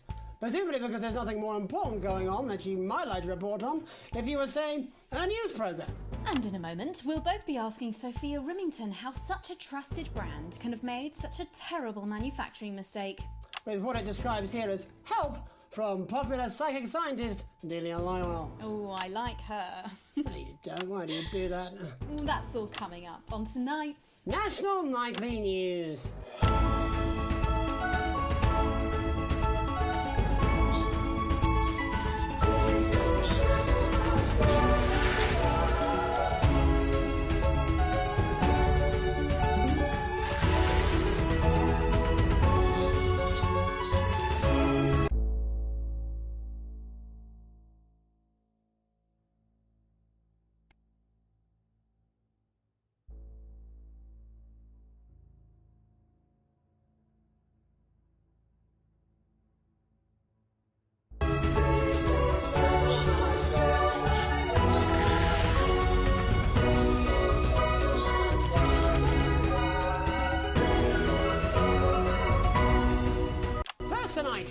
get here? Where are we going? And most importantly, who's to blame? Joining us from her ranch in Arlingsfield, Milkirky is the CEO of Rimington's Fist, internationally respected business Svengali, Sophia Rimington. Thank you for having me, Megan. I'm a huge fan of your work. And from a crystal healing laboratory in what I assume is a garage in Upper Lowington, inexplicably renowned psychic scientist, Dr. Delia Lywell. Thank you for being here. Thank you for having us. Sorry, us? Myself and the eminent professors. Is that what you call the voices in your head? The voice seem to attract dead scientists. I don't really know why. The money? They express themselves to me through ethereal algebra and quadratic predictions. It's all very technical. No, it isn't. I concur. Miss Remington, the entire Snugglehugs range will surely go down as the biggest public relations disaster in history, won't it? Well, of course, that's one world record we would never have sought to claim. What can you say at a time like this? There is only one thing that can be said. I'm sorry. We're sorry. From everyone here at Rimington's Fist, but especially the dedicated inventors and world-beating engineers at Rimming Toys, we are deeply, deeply sorry. Who could have predicted that letting a child's toy learn how to love could have such unforeseen consequences? Mary Shelley? Oh, we see you, Sophia Rimington. You are preening by a metal vessel, and where you venture, you will see neither land nor sky. Is that supposed to be the future? Only the past is concrete. I remember being a child in my grandpa's workshop when he made the first dancing handmade toy. He put it by my bed, and when I couldn't sleep, I'd wind it up and let it go, and I'd watch that happy little executioner just wiggle and wave his tiny noose and dance before my eyes. Grandpa sold thousands of them, on the quiet, obviously, and he used the money he made to found Rimming Toys, which is now just one small part of the global supermassive megacore that is Rimington's Fist. Sadly, we lost Grandpappy along the way. He died in a fire at the preschool tobacco factory, another one of his pet projects. But we never lost his spirit of invention.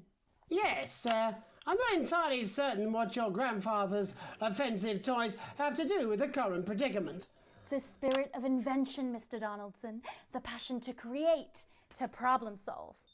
And that is why I'm here today, to tell you about a brand new product we're launching simultaneously around the world from midnight tonight. We said science! Science! We hear its song on the breeze, its breath on the wind, its fart under the covers. How does she do it? Well, please, don't keep us in suspense any longer. It won't be my feature she's making up next. Rimington's Fist is proud to present Snuggle Traps. Safety and security in these dangerous times.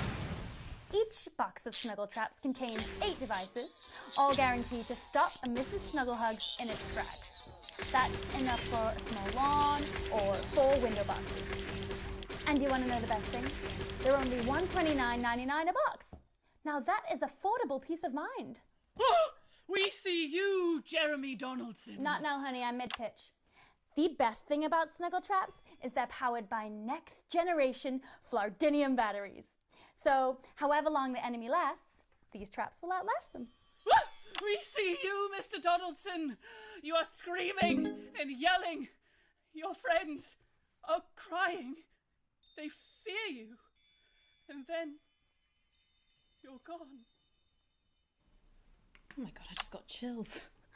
Did anyone else just get chills then? I think I did. I think it's more concerned. I think I'd be more concerned about these traps. Quickly, before we go to the break, these appear to be attractively repackaged landmines. Aren't they dangerous, say, to children? Oh, hell yeah. These are not toys, but they're explosive fun. Sophia Rimington, Dr. Delia Lywell, thank you for joining us. When we come back, we'll be taking a look at the situation across the country tonight. Don't go away. We'll be back after these bandages. Was that all right? Oh, yes, Doctor, that was exactly what we... She seems very nice, that young Miss Remington. I think she'd make an interesting dinner guest. Do you think so? I think I'd rather spend the evening shoving Delia's sacred crystals up my sceptical arsehole. Hello, mate. It's Dave. You're not going to believe this, but I've decided to come home. Listen, I'll call you back at the next break and we can talk about how I get me job back. Cheers, Alex. See you, mate. And the Isolation Idealists.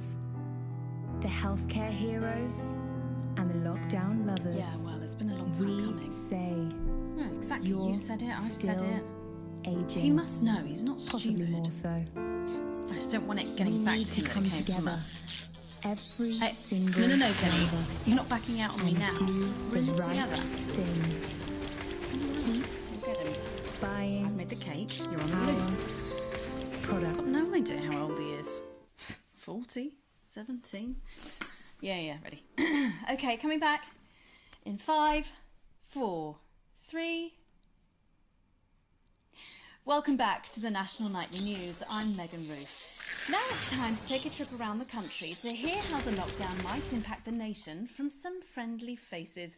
Joining me are respected academic Katie Brightman and author of Alan James's Kites, Alan James. Thank you for joining me. It's a pleasure. Thanks for having me, Megan. Thanks, Megan. It really is a pleasure, Katie. I enjoyed our little heated encounter. I wish I could say the same. So first off, Katie, how are you coping? I'm holding up okay. The lockdown directive was so sudden that, like many people, I haven't been able to get home. Oh no, what happened? I was staying at a hotel after an international policy convention, and we had a particularly heavy night out. You know what economists are like. Notoriously hate splitting the bill. And I overslept, and as you can imagine, I've been here ever since. But there are certainly people much worse off than me. Exactly. My tour has been cancelled indefinitely, and I've had to refund every single ticket, even the cheap seats. Oh, Alan, I'm so sorry to hear that. Yeah, people are being quite rude about it. They don't seem to realise I've already spent it filling the beef house with beef. The crisis claims yet another victim. So, this is just a reminder that my book, Alan James's Reich, is now available in paperback. Unbelievable. What was that? You're unbelievable.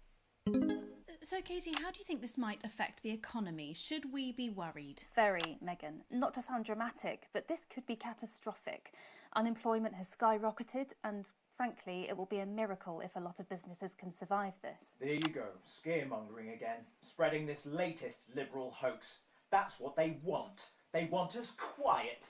Shh. They want us compliant. And they want us inside. A hoax? How on earth can you say that, Alan? Well, I haven't actually seen one of these supposed toys. Have you? Well, no, but... Did you know 3,000 people die every year from regular toys? That's a lot of people. And this is no different. You're just as likely to be hunted down by a yo-yo or a tennis racket. He makes an excellent and persuasive point, Katie. Don't listen to her, Katie. The press are the enemy of truth. She's agreeing with you, Alan, you absolute shit. Well, then I must be wrong. Alan, are you now recanting your statement that these toys aren't dangerous? People are saying they're just like normal toys, and that simply isn't true. Corrupt media lies. And Katie, how do you respond to Alan's claims that Mrs. Snugglehugs might be dangerous after all? I suppose I guess I'm agreeing with him. Thank you, Katie. I appreciate your support. A lot of folks are saying this Mrs. Snugglehug situation will all blow over, but it won't. Yes, right, exactly. We need decisive action from the government. We need huge financial support to protect our workers and our businesses. We need to support the vulnerable, and we need to repent. Exactly right, Katie. We brought it on ourselves with all our liberal indulgences like art, cake and healthcare. We need to act now and begin sacrificing our firstborns, or at a push, a beloved family pet. Absolutely, Alan. If we can all successfully come together as a community and perform the ritual, hopefully we will appease the great ancient. Katie, could it be any worse? Luckily, over the past few years under Advance, they've invested heavily into health, so the system can actually bear the strain. Is it lucky that the Llama Lords have unleashed a horde of man-made monsters on its own people to conceal the enemy within? Will you just stop for 5 fucking seconds? The Global Alliance of Fish People are amassing an army amassing an army to kidnap us.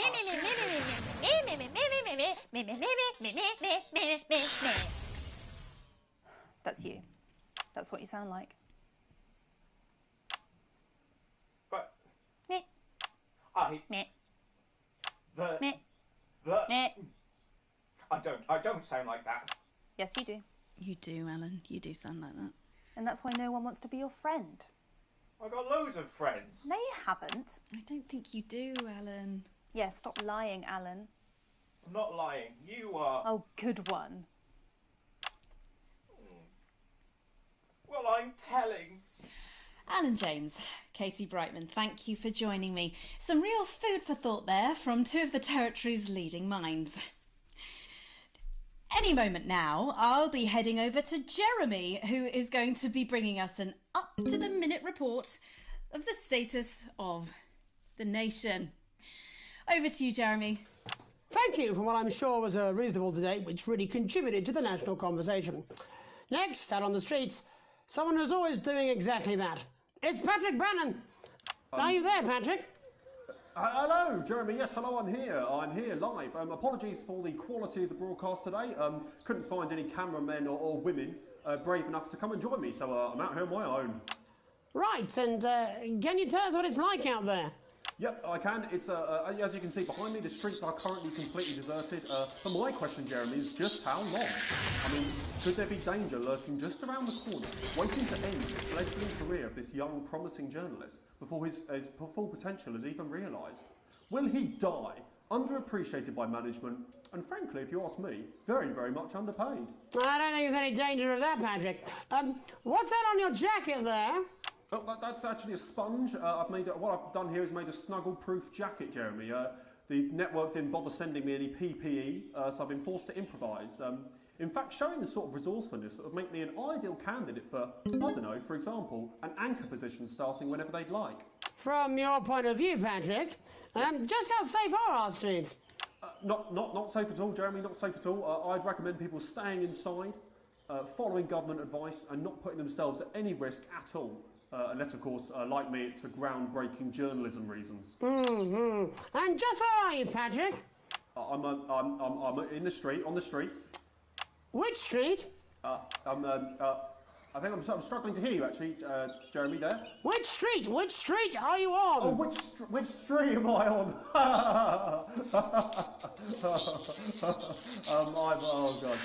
I'm just looking for a sign. There it is. I'm on Bannon Avenue. Bannon Avenue? Yep. Bannon Avenue.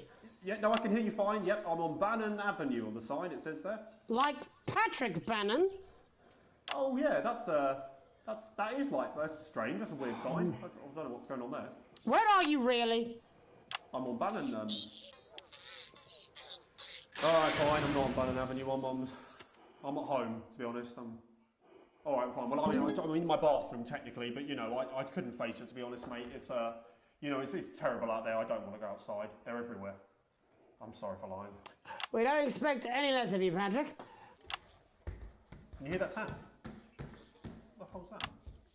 I can, yes. I'm no expert, Patrick, but it sounds unmistakably like a tiny fist tapping on your door there. Oh, fuck, it does. Oh, fuck, Jeremy, shit, no! Oh, bollocks, right. Perhaps there's a small queue of tiny fists, each wielding a different gendered household implement, ready to bash in the heads of lying little roving reporters. But you're lying, aren't you? Oh, shit. Fucking listen to me, you bastards. If you're out there, you just piss off, you little fucking snuggle fuck. I'm too talented to die. Oh, too talented to die. Okay, it's fine. It's fine. Oh, God. Don't worry, Patrick. I'd say you've got a few seconds before they break their way in there and finish you off.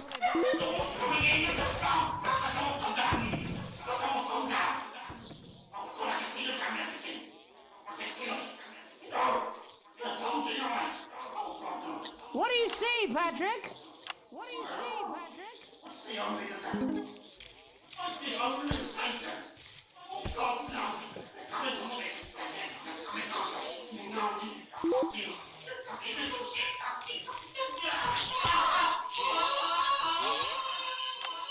Thank you, Patrick, for that report, showing the nation, and more importantly, management, just where you belong.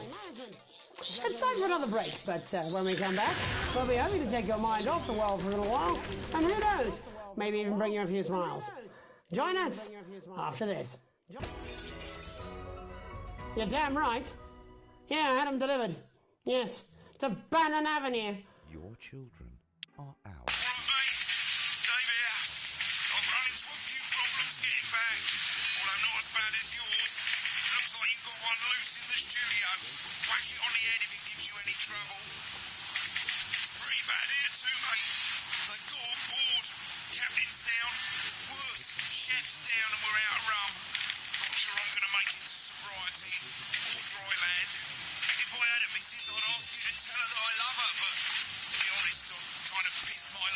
wouldn't let your children drift off down the river. Outdoors, eh?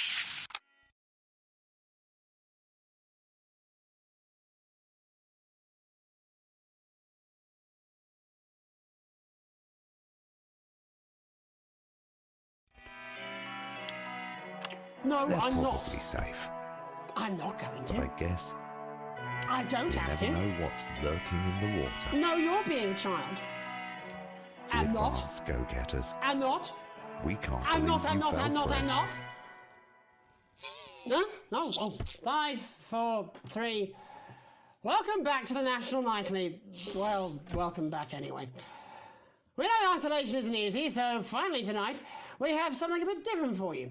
Even though some people have heard it's not our job to entertain the public with absolute nonsense, other, more important people overruled those people.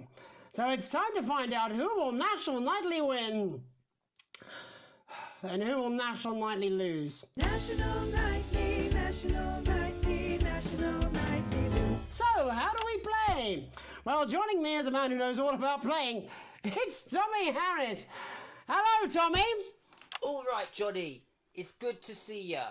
And how are you finding the lockdown, Tommy? What do you mean lockdown?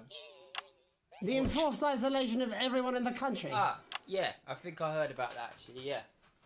You're in bed, Tommy. Yeah, you called during nap time, so... Of course, that's my fault. So, why don't you tell us how the game is played? Well, it's pretty simple, Jeremy, you sausage. I'm going to ask contestants from around the territory 3 questions about what else? Yours truly. And those people are going to get a chance to win a very special prize. And what are they playing for, Tommy? Drum roll, please. Jeremy. Oh. Thank you. This. Is that... What is that? It's my athletic support, Jeremy. Oh. But I've signed it, so... Oh, well then, what a fantastic prize. Have we got anybody waiting to win this once-in-a-lifetime prize, Jimmy? I believe we have Angie on the line. How do you feel about winning this man's old pants, Angie? I've never been so excited, Jeremy. And can I just say, I love you. Both of you. Well, you've said it now, haven't you? Oh, Angie, I love you. In a way. Tell us about yourself, Angie. Well, what can I say? My name is Angie. Always has been. I'm a human woman, and my dental hygiene has been described as acceptable. Brilliant! Right, well, shall we get this shambles underway? Absolutely, John. Can I get 30 seconds on the clock, please? We haven't got a clock. Yeah, I did ask for a clock. So... Well, why don't you start, and I'll stop you when it inevitably becomes unbearable to watch. I love it. All right, here we go. Time starts now. Question 1. When is my birthday? The 13th of August at 7:19 a.m. That is absolutely correct. Question 2. What? I said, what is my favourite colour? Crushed praline 4. Correct, the colour of my nipples. And finally, Angie dear, what is my star sign? That's a trick question.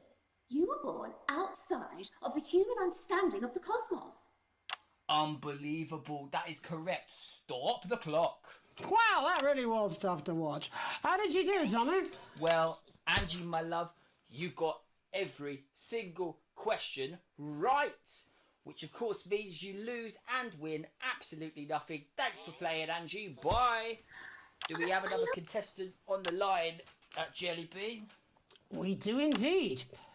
We should have Sonia Hartleach. Are you there, Sonia?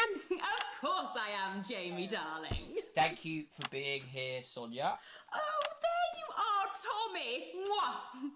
Let me guess, you work in theatre, don't you? Is it that obvious? What gave it away? Was it the glamour or poise? It certainly wasn't your inherent sense of humility. Tell us about yourself, Sonia. Oh, well, if you must play this game. I am a theatrical agent. I represent the likes of Rudy Beefman, Samuel Coffeecup and Jodie Carpetburn, amongst others. And how's the lockdown affected you, Sonia? Well, they may have closed the theatres, shut the studios and boarded the cinemas, but they won't get me that easily. How are you managing without any work? Due to a savvy clause in all of my artist contracts, I am able to claim my 15% from their unemployment benefit. Wow, that certainly is sharp. Standard stuff, standard stuff. And can I ask, where are you speaking to us from? Well, I work from home, you know, to keep costs down. And who's this? Oh, well, you know, when they gave the order, I was actually mid-meeting with a client, so we've been isolated together. No fucking way! What the fucking fuck? Is that Tommy Harris? I'm a huge fan. Can I just tell you how bloody brilliant you are? Actually, Jeff, we're about to play a game, aren't we, Tommy? We've got time, we've got time. Well, if it's not too bold, I think I am in love with you, Mr. Harris. No, it's not too bold. That's all right, don't worry. Hey, I'd love to show you some of my stuff. I've been working on some new shit. Well, at least you're already aware. During lockdown, we've been workshopping some of Jeff's ideas for much younger children, haven't we? People still let you near their children, do they? That's right. Yeah. I've been developing some shows for younger children. Well, we'd love to see it, wouldn't we, Gerbil? Absolutely dying to. Right, so, what do kids...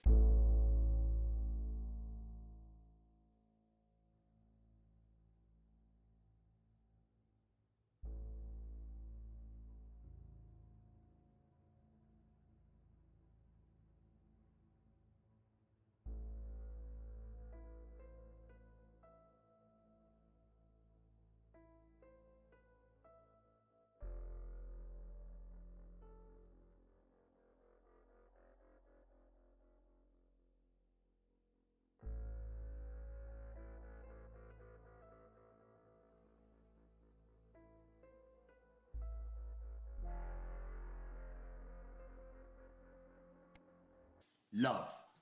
Timely child support payments from their absent fathers. Shallow and overproduced musical numbers? That's right. Animals! So, I'm trying to address the things that kids need to know, but through a medium that they'll understand. Do you understand? I think so, yes. Jeff's one of my best clients, aren't you? I am, yeah. So, the first one we've been working on is called The King of the Jungle's Mortgage Repayments. It's about a lion who's having problems with his interest rates. I see. Does he have a broker? He does, yes. He's a porcupine. How did you know that? Well, your work is universal, darling. It speaks to people. I'm going to say something to you, mate. I think you're onto something here. Oh, the bear! Oh, yes. Right.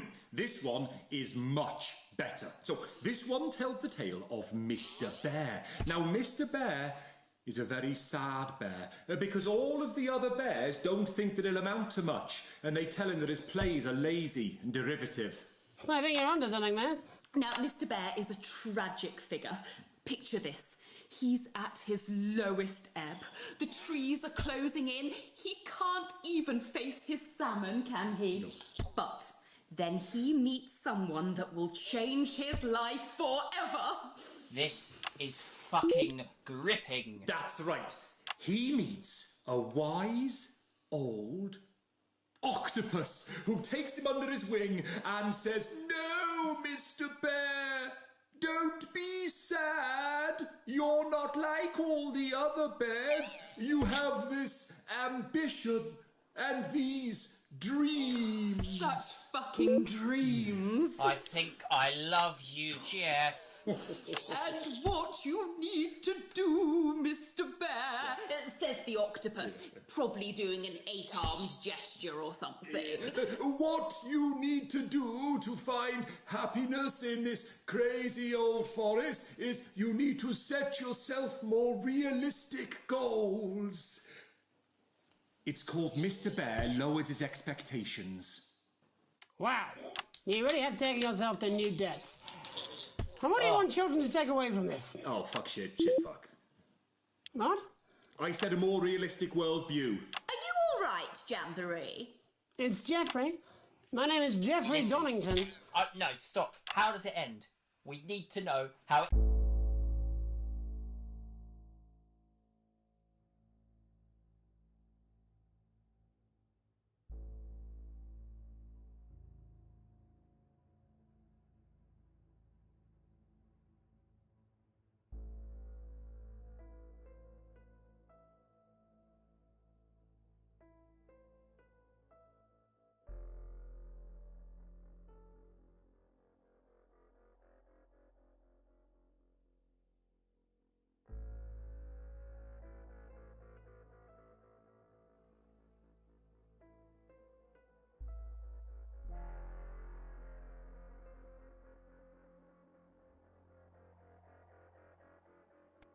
ends. Well, all the animals learn a thing or two about inevitable mediocrity. And Mr. Bear settles down near to his parents' cave, stops trying to make his band happen, and he goes into bear telemarketing. Becomes a bear maths teacher. Oh, and we end... We end on a big musical number. Oh, there's dancing. It's very repetitive, so it's catchy but not too challenging. Well, if you like, I could go and get my boombox. Yeah, you know, I might be able to... Hang on, can we get Angie back? Why not? The more the merrier, as they say at orgies. Right, I'll just fill then, shall I? Coming up in a moment, it's the world premiere that nobody saw coming. Lights! Or wanted. At all. I can only apologise in advance for what we're all about to... endure. How do you turn the fucking thing on, though? Well, there's all sorts of creatures down on Dangly Doodle Farm. Like wise old Mr. Octopus with way too many arms. There's Mr. Pig and Mr. Cow, they're always in good moods. But that's 'cause they don't know they'll soon be sliced up into food. Mr. Bear, what's that over there? That's where your hopes go to turn into despair. Mr. Bear, what's that over there? That's where your dreams go to die. Mr. Raccoon wants to go to the moon. He'll end up as a bus driver soon. Mr. Porcupine thinks he'll read the news at 9. He'll end up as a janitor who stinks of turpentine. Mr. Ape got sent down for rape. Didn't work out he was innocent till he was 88. Mr. Bird flew south, superstardom on his path. Ended up on the end of a belt with an orange in his mouth. Oh, Mr. Bear, what's that over there? That's the place your mummy pushed your daddy down the stair. Mr. Bear, 6 months in intensive care. That's why the bitch has to die.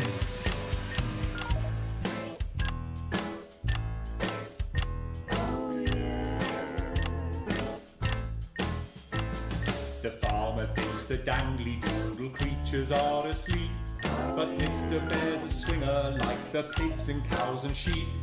He visits every pen and sty and always brings the fun, and jerks off Mr. Quackington, who's always first to come. He fingers Mr. Badger's bum and Mrs. Donkey's grim. Then he frogs with Mr. Chicken till they both are quite done in. Then he runs around the farmyard trying to shove it where it fits, and ends the night by broughting over Mrs. Badger's tits. There's never a dull moment down on Dangly Doodle Farm, kids. Mr. Bear, what's that over there? That's the sound of maggots growing underneath your hair. Mr. Bear, what's that over there? That is your friends in a pie. Yum, yum. Mr. Bear, what's that over there? That's a giant spider in the shoe you want to wear. Mr. Bear, what's that over there? That is the end, that is nigh. That's where your friends go to lie. That's how you'll scream when you die. Well, that appears to have stopped. A big thanks to our guests for somehow managing to make lockdown slightly more awful. That's about all we have time for tonight. But before we go, one final story. Skinflint parent ruins daughter's future. It has emerged today that Alex Winston of 102 Nearby Street cruelly dashed Susie's dreams last Christmas in what critics are calling a remarkable demonstration of miserliness. Stingy McTight bastard, as Alex is now called by daughter Susie, failed to see the importance of a broader cultural experience, denying the inquisitive youngster the opportunity to visit such mind-expanding places as the annual dissident hunt in Urkistan, the orgy houses of Spenland, or the legendary tilted village of Romantica, which is scheduled to slide gracefully into the sea sometime next August. Guess she'll never get to see that now. Spouse Sam exclusively told this programme, "I don't understand why Alex would deny her this chance to meet people from across the continent. 20 years of marriage and now I'm starting to wonder if my partner is a bit racist. Looks like someone needs to cut their daughter a little slack. Maybe this story will serve as a massive electric shock to the nerves. My name's Meganie Donaldsworth. Have a grease-proof night." How's that? That bad, eh? Oh, I did all right. I thought I had the voice down. Yeah, I did think about cutting my hair too, but it hides my tiny second head. So. Send you a workplace Actually, Jenny, do you know where I can get from the classic one of those little do-it-yourself molded clays? You know, the one with the fiddly bits. Really does have it all. Sign up today, and you or your next of kin could enjoy a disappointing payout, which makes a mockery of your pain and suffering.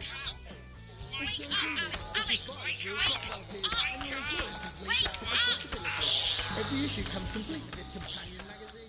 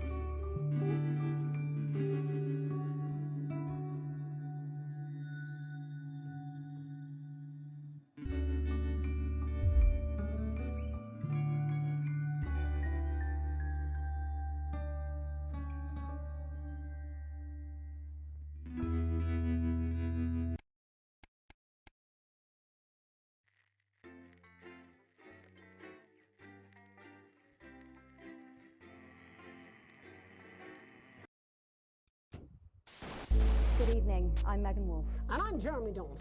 Our main headlines tonight. Started! Starting!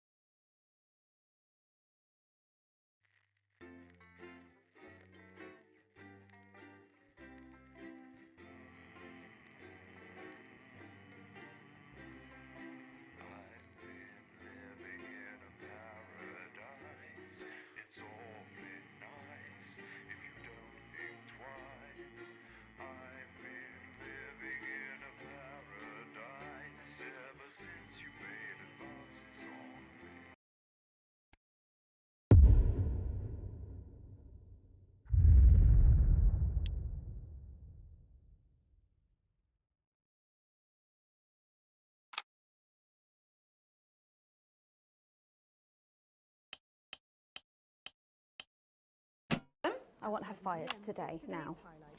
Don't worry, Kath, it'll be all right. No, it won't be all right, Kath. Pack up your weapons of optical destruction and get out.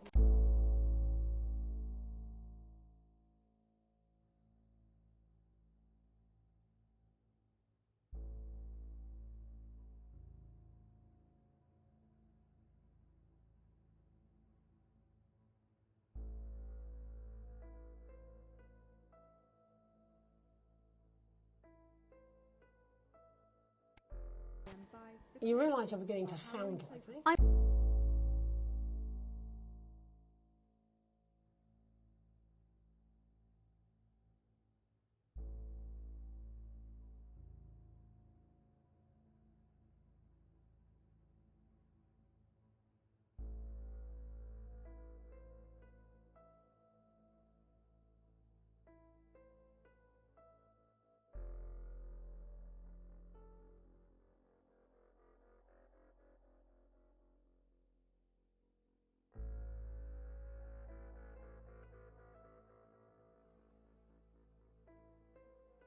I mean it, Kath.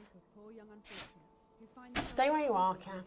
Jenny? This is not Jenny's decision, Jeremy, or yours. It'll be all right. I'll talk to both of you. Oh, good. You can tell him I'll return his wife's casserole dish at our dinner next week. Jenny? I'm sorry, Kath, you're going to have to leave. You're letting it go to your head. She nearly blinded me. 10 seconds, everybody! I thought we were all part of a team these days. Things are better, Jeremy, you know that. Just stop being so Right, high and 5, mighty and do your job. 4, You'll have me fired 3. Don't tempt me. Good evening, I'm Megan Wolf. And I'm Jeremy Dawson. Our main headlines tonight. The establishment strikes back. The World Council has agreed today to impose punitive sanctions on the people of this country. The sanctions.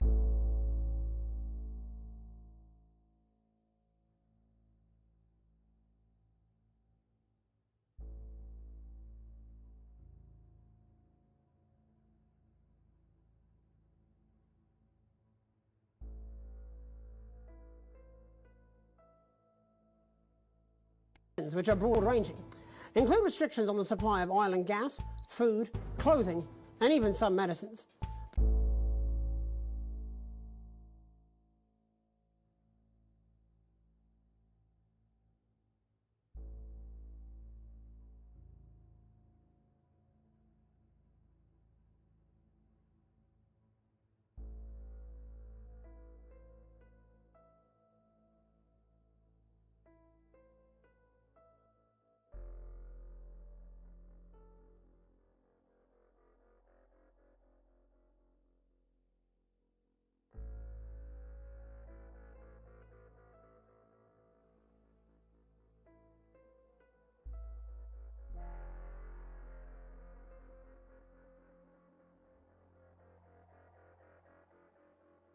But how should we react? We asked the public. What are your reaction to the sanctions? I think it's fucking outrageous. My mom needs insulin. Am I supposed to get a transition? What's the government doing about it? Eh? What's the government doing about it? Thanks, Patrick. Fascinating stuff. Thanks, Patrick. Popular Prime Minister Julia Salisbury has released a reassuringly brave statement in response to the World Council's controversial announcement. This international declaration is nothing short of outrageous. We are a democratically elected government with massive popular support. We do not recognise these sanctions, and we encourage other socially progressive nations of the world to both resist and ignore them. Advance have struck fear into the heart of the international community by showing that it is possible to have radical change for the betterment of the many. And whilst I wish we could improve other countries as much as we have our own, we do not rely on the help of others to thrive. This country is entirely self-sufficient. We are a team, now more than ever. And this team is on your side. Thank you. Thank you. Defiant stuff. But what do you, the public, think of our government?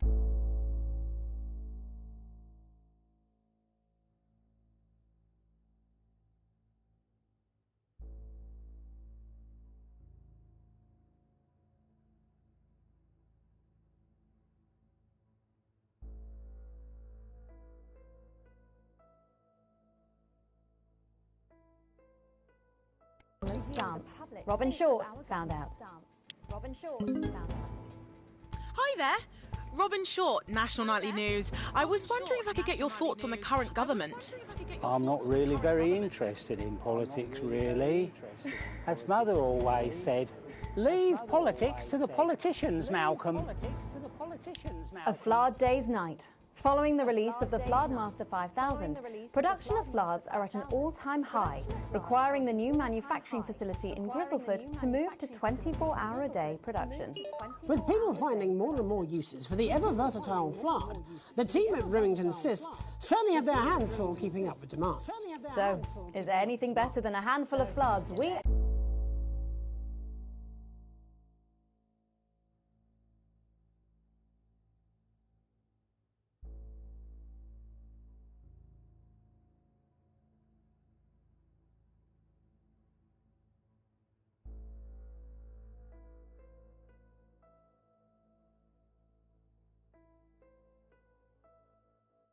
Ask Patrick to find out. Patrick? Do you have an opinion of Flards at all? Oh my god, I love Flards, doesn't everyone? Do you even remember when we didn't have Flards and we had to rely on words? Oh, I'd never go back. The delicate sound of thunder. A frightening start for commuters this morning, who were confronted by a somewhat sinister sight as they left their trains. Many travellers reported feeling intimidated by the silent figures who stood motionless outside every major station in the capital. Radical extremist group Disrupt, who organised the show of strength, refused to comment on the meaning of the strange protest. Or to apologise to this presenter for making him drop his morning paper with surprise. But how do we feel about these somewhat radical extremists and their upsetting...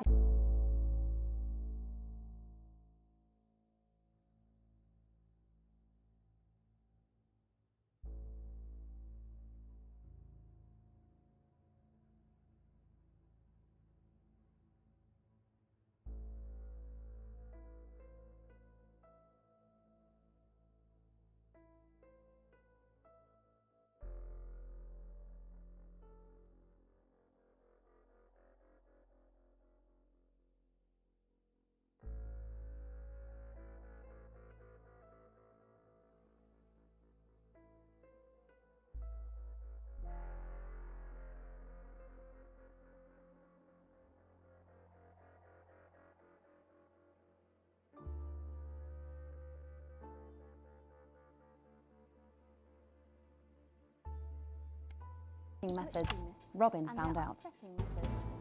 How do you feel about Disrupt? Ah, well, now you're talking. Ruddy hero, showing us not to take it lying down like Iris here. So you both feel they're a cause worth supporting? Oh, Iris doesn't speak online, but we're pretty sure there's still one in there, aren't we, love? Wherever it is, it loves Disrupt, fighting the yoinks for our freedom. And what can possibly be wrong with that? Do you need me to get you some help? Bubbling up, intrepid scientist Dr. David Wong and Dr. Ingrid Svorsborg and Hawkinsford today sent a blueprint of the escape craft in which they hope to finally leave Dante's taint. With expert opinions of the plan running the gamut from optimistically engineered to that looks like something my granddad made in his shed, it sounds like the unfortunate team are going to need all the thoughts and prayers they can get. So what should we think about the escape?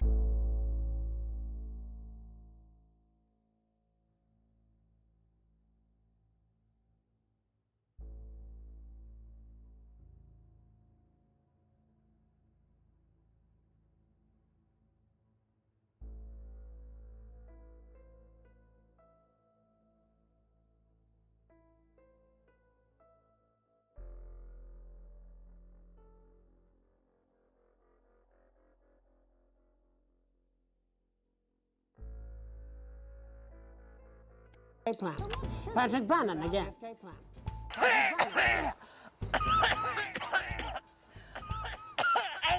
Yeah, don't worry, they're going to cut all this, aren't they? It's disgusting. Don't worry, they're going to cut all this, aren't they? It's disgusting. Oh, sweat. Have you thought about quitting smoking? Right. No, I'm fine now. Right. Okay. What were we talking about? The trapped scientists. Oh, yeah, right. The trapped scientists. Brilliant. I am not a number. Applications finally opened today for the new Advanced Team Membership Cards, a scheme by the government to allow fast access to all the new public services being introduced daily. The team membership cards are entirely voluntary, but will be recognised as legal identification by all major organisations, including the police, banks and, vitally, pubs and bars. And of course, there's no charge, Jeremy. That all seems too good to be true. Well, you've always been a cynic. But most importantly, what should you, the public, think about?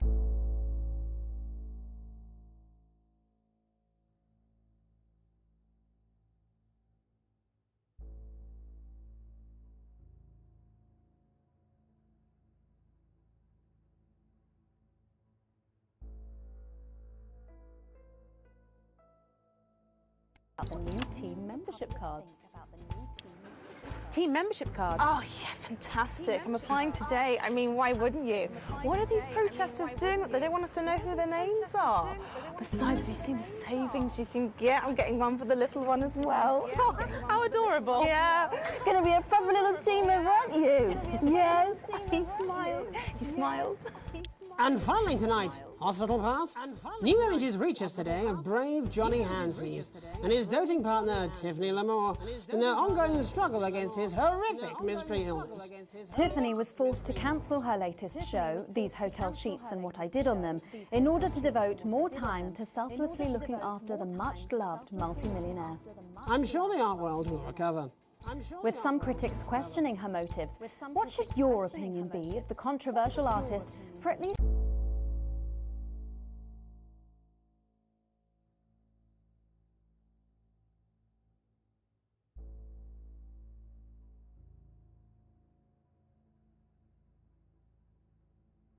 appearing to stand by her man?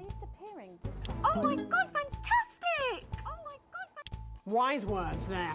Later tonight, in a bit of a switcheroo, it'll be Jeremy in the culture chair, spitting rhymes with popular rapper Jay Zus. And then we'll both be chatting with a familiar team of thespians set to take the nation by storm again. That's all coming up on tonight's National Nightly News.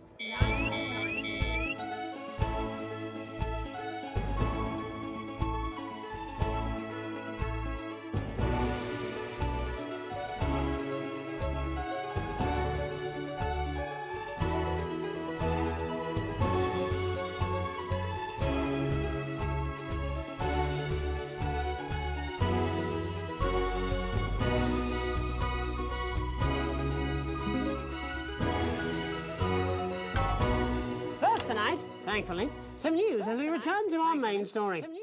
The World Council today agreed that punitive and potentially illegal sanctions should be imposed upon this country.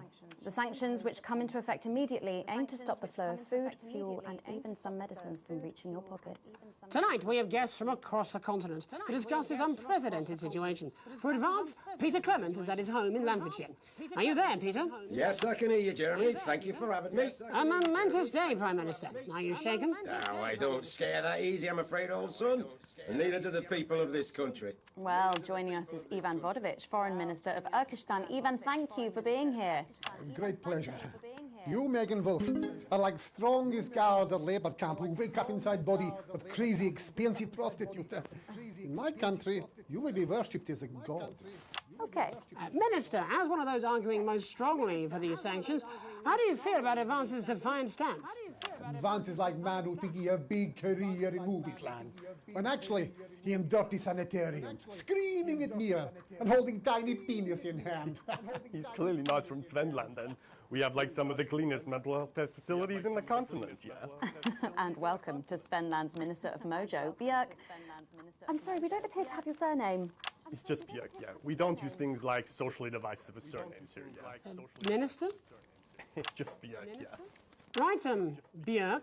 Your country spoke in favour of Advance at the World Council today, but you were noticeably absent when it came to the actual vote. Well, what a surprise. The hippies didn't show up for the fight. Actually, that's quite racist, because if you must know, we were going to go to the whole, like, vote thing, yeah, but it's actually the Festival of Feuerland here at the moment, where we honor the old generations. So, like, we all had to work our grandparents' gleania whilst the vote was happening, and that's like a really, really time-consuming process, actually. You're like sissy man. You have this expression, sissy man, is like man with tiny penis who like to wash more than once a week.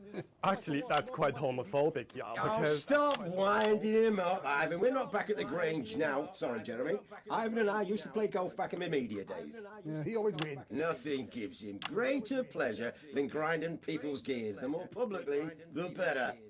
Peter, you're like man with tiny penis who think he have tiny penis, but actually he discovered that... Oh, could it be? No, it's tiny penis. Ivan's just worried that when the rest of the world sees how well we're doing, they'll notice all that dosh that he's got squirreled away. Because that's what these sanctions are, Megan. They're the last pathetic gasp of an establishment in collapse. Wolves at the gates, Ivan, old mate. Good. You can join others on my wall.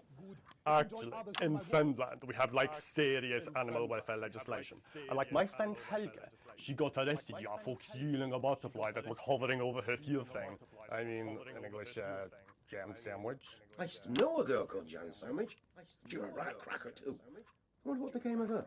We seem to be wandering a little from the news here. It's human interest, Jeremy. The real people behind the headlines and all that. So if you're watching Jam, give us a call. Yeah. Let's see if we can't organise a reunion. Christ, I'm not sure about that. I'll have to run it past Mrs. Clement first, eh? Peter, you're like man trying to empty ashes of mistresses into oncoming vent. Soon you have tiny penis and beard full of secrets. In Svenland, we don't really go in for all that restrictive monogamy stuff here. We're kind of fluid, actually. Okay, well, it seems that we are running out of time. Yes, so before we go to the break, briefly, if you would, gentlemen, with the people of this country facing shortages and possible shortages and power outages. Yes, of course. Thank you. Possible shortages and power outages. Can you summarise your thoughts for us, Minister Björk? Well, from here, yeah, you all look a bit stupid really arguing about outdated divisive concepts like money. In Finland, we replaced currency with a system of bodily fluids back in the 1970s, and that's like a really hard to sanction, actually. Thank you, Minister Vodovich. Your country is like man who think he invented perfect trap for giant Newton hairy bear. And really, he just standing in field holding his tiny penis, yes. Thank you, Minister. And finally, Prime Minister Clement. Let me talk to your viewers here, Jeremy. Don't worry, everybody. Don't be afraid. Don't even lose a wink of sleep. We knew the rest of the world would react this way, and we're ready. As my old man used to say, you can't make a shite pie without blocking a few toilets. Thank you, Prime Minister. Reassuring words there. We'll be back after these messages. We'll be back. 1 minute back. Hey, Peter, I over your way this weekend. You fancy a quick 9? Yeah, sure, front or back. That's what I hope you're asking Megan Wolf for me. This territory is She's out of your league, mate. makes other countries uncomfortable. But that Well, you have to be more careful. It's all part of his long-term plan to get fired live on the news at 6 in front of the nation. Can someone warn him it's going a little too well? The abundant, nutritious food we grow right here in the territory. This is important. New government censorship should show up in blue. Same as regular censoring. Keep an eye out for the advanced blue waveform. No one will be left behind. So you can carry on coming together to enjoy life and make wonderful Are you still meant to bow because we've shown to our foreign international royalty? friends what's What? possible when we all Just like pool her. our resources and Hang on. come together. Have they given in a you the sense of Crown team Prince report? spirit. So don't Well, worry about Meghan? what the rest of This the is world Jeremy, thinks. and he'll be interviewing you. Save your concern for those around you, your family. Yo, friends, thanks for having me on your show, man. neighbours, It's and quite have alright. confidence Just a that the quick one. team You're not will going to ask keep me you about the safe. gym, are you? Live in 10 seconds. He put that get up on himself. I'm just saying. Going in 5, 4, 3. Welcome back. I'm Megan Wolf. Later, we have an exclusive first look at a theatrical sensation everyone's going to be talking about. But first, it's time to go over to the culture spot with lovely old Jeremy Donaldson, who's joined by a very special guest. Jeremy. Thanks, Megan. I have the honour and privilege of being joined by hip-hop royalty. He's been called the son of the streets and the father of truth. Not sure how that works, but whatever. Let's welcome Jesus! Thanks, Jeremy. Yeah, it's a real honour to be here on your show, The News. You know, as a kid on the streets, I used to watch you through a window of the shop, so to be here right now is crazy. You've had quite the journey to be here today. Can you tell us about it? Well, you know, I try not to, well, you know, the past is the past, and I don't like to dwell on it. I understand. You But yeah, man, the streets is all I remember. Like, my mother donated me to a charity shop soon after I was born. Elderly lady took pity on me. You know, she let me sleep on a pile of crime fiction until I taught myself how to walk. Wow, that's quite the childhood. And she died tragically. Right there in my arms, man. You know, I remember a tear falling as she laid there next to the used homeware. And in that moment, I became a child of the streets. I was just 18 months old. What a tale. What a tale. You're known for your direct and honest lyrics. Was your style informed by your troubled past? Well, like I said, I try not to talk about it. It's just too hard.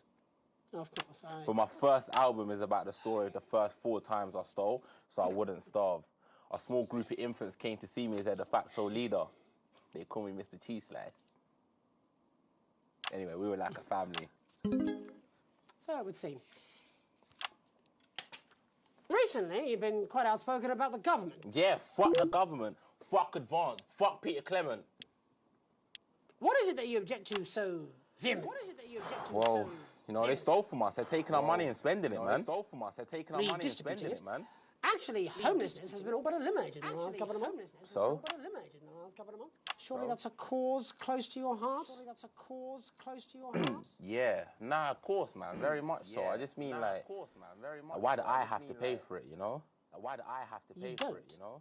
People have been rehoused on property seized from the historically wealthy. And that couldn't have been you, could it?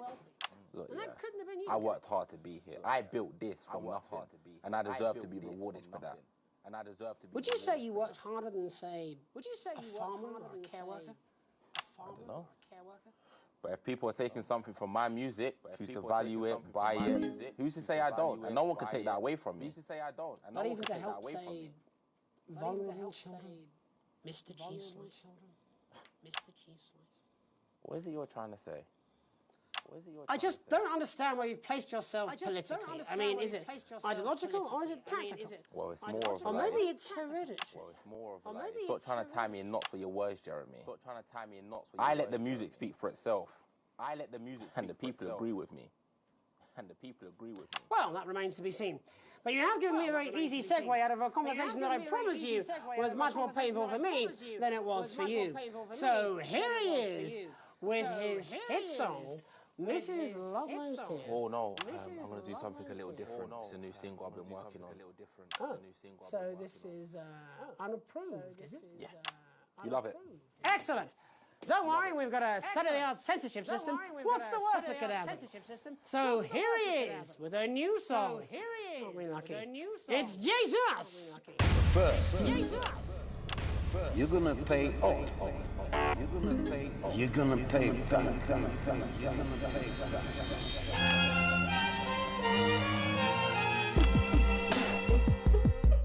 Well, we're all different races from many different places. At any given moment, only one could be the greatest. So you can feel elation from your participation. Still two leaders in this motherfucking nation. Now we're getting sanctioned, talking about expansion. Why does Julie Ezra require a massive fucking mansion? So fuck all your schemes. I don't need your freaky team, and I don't need your help to achieve my fucking dreams.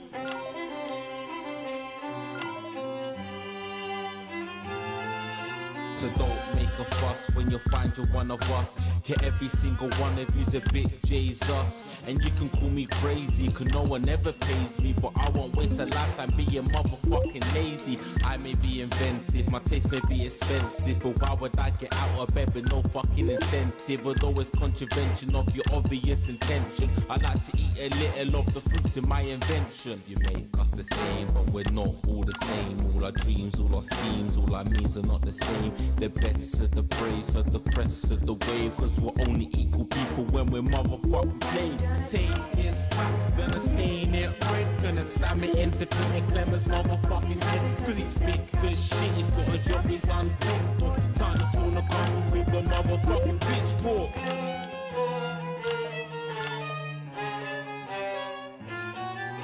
So this is for the snuff ones, the push and the shove ones, the folks that feel the burden of their motherfucking loved ones. Ones who had plenty like a motherfucking Bentley. The ones who now finding that their bank accounts are empty. The ones of aspiration who had to flee a nation. The ones who built a business out of dreams of perspiration. There's all sorts of people, the good and the evil. It only takes a glance to see we're not all equal. You make us the same, but we're not all the same. All our dreams, all our schemes, all our means are not the same. And the best of the praise serve the press of the ways, cause we're only equal people when we're motherfucking slaves. Gonna take this fact, gonna stain it red, gonna slam it into Peter Clemmer's motherfucking head, cause he's thick as shit, he's got a job he's unfit for. Time to spawn a castle with a motherfucking pitchfork. Get out of your seats, get your asses in the streets, set a fire in the building, let them feel some fucking heat. Say you hate to go getters, you're squilling bed letters, and burn them on the pyres of advances fucking letters. Gonna take this fact, gonna stain it red, gonna slam it into Peter Clemmer's motherfucking head, cause he's thick as shit, he's got a job he's unfit for. Time to spawn a castle with a motherfucking pitchfork. Chase that dream, you don't need a fucking team, and advances little dancers aren't as harmless as it seems, cause they're stale and corrupt, then you're angry, revolt, then your hearts and your minds and your fists to destruct.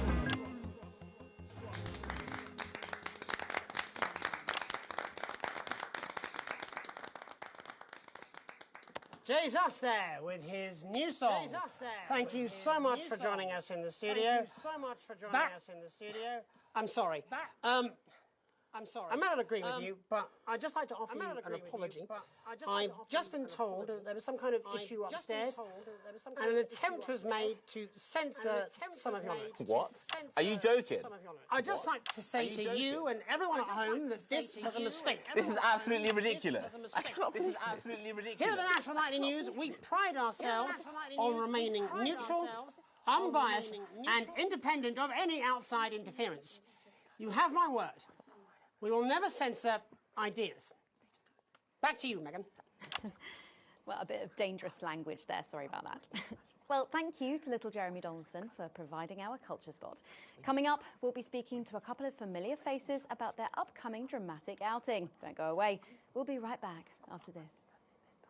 That's the ad. Just a reminder. Fixing that old VCR. No, this is ridiculous. Last ad break. This is just a mix-up, I'm sure. Now, if you come with me, I really do have to ask Oh, you to trust me. leave it. My father's going to hear about this. I understand. This is unbelievable, Megan. I don't know what you're talking about, Jeremy.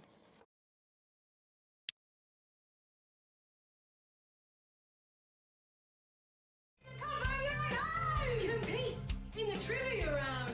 Dad, in non-Euclidean geometry, which type of surface has constant negative Gaussian curvature? Hyperbolic? Correct. It's a leap year. Catch the egg. Name that fish. Keep the bucket. Wait, is that? Yes, it's the poison. Oh, here we go. Number 13. If we could just get you in position. Oh, say no more. Say no more. Mr. Algebra. Vividly. Mr. Harris, and this is Ms. Radin. What? Philippa, please. We're back together again, eh? Who'd have thought it? Absolute demon. This is awfully exciting, isn't it? Right, okay then. We're going live in 10 seconds, opening on camera 1.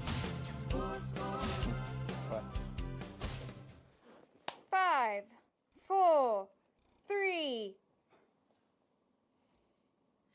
Welcome back. And no, you're not mistaken. Sitting across from us are some very familiar faces. You really are too kind, Megan. It was only a yogurt commercial, but I'm still proud of it.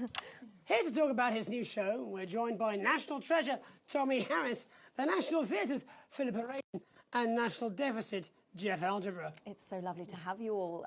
Tommy, would you like to tell us about the show? You know what? I'd bloody love to. It's about me. It's about my life. And where did the idea come from? So, right, picture this. Their legs akimbo, mid-session, sweat is pouring out of me like an immense hog. And then Cindy comes in, she says, Pete's on the phone.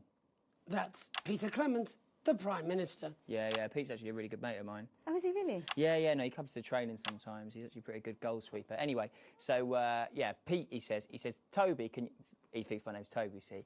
He says, how would you like to spread your message of team spirit and cooperation across this fractured nation? How would you like to really make a difference in these desperate times? What did you say? Yeah, right, yeah. So, Jeff, the question on everyone's lips is, what in God's name are you doing here? Well, after the success of my debut work and all the people that I've touched, I knew that I had a career in theatre. Yeah? I've always been an admirer of Tommy from afar. So when my manager phoned and said I'd been offered the gig as director, I was ecstatic. I whipped my trousers off and got straight to work. Why did you do that? I do all my best work with my trousers off. Yeah, I've been told that too. No, I wouldn't say so. Right, Tommy, sorry, would you just give us a sense of what the show is actually about?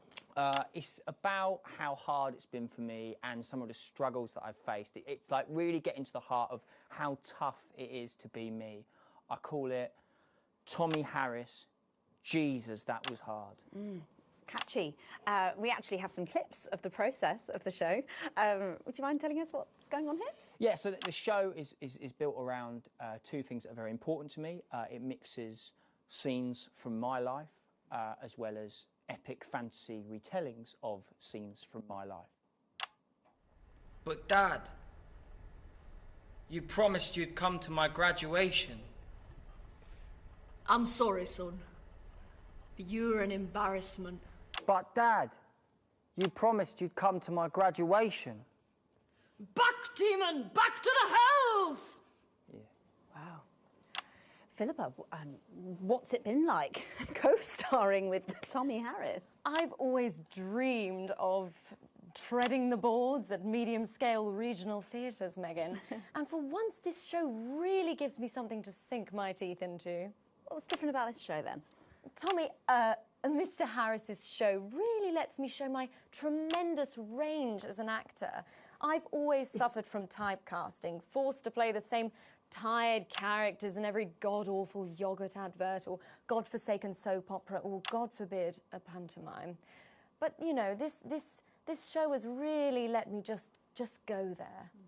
Jeff, the viewers at home will be dying to know exactly what is it that you bring to the show? Oh, good question. I think these guys would agree with me when I say that it's my steady hand on the tiller, my arm round the shoulder approach that's really brought the production from strength to strength. Absolutely right. Jeff's contributions are immeasurable. He was our rock. Can you give us a sneak peek of anything else that might be in the show? Yeah, all sorts, yeah. Yeah.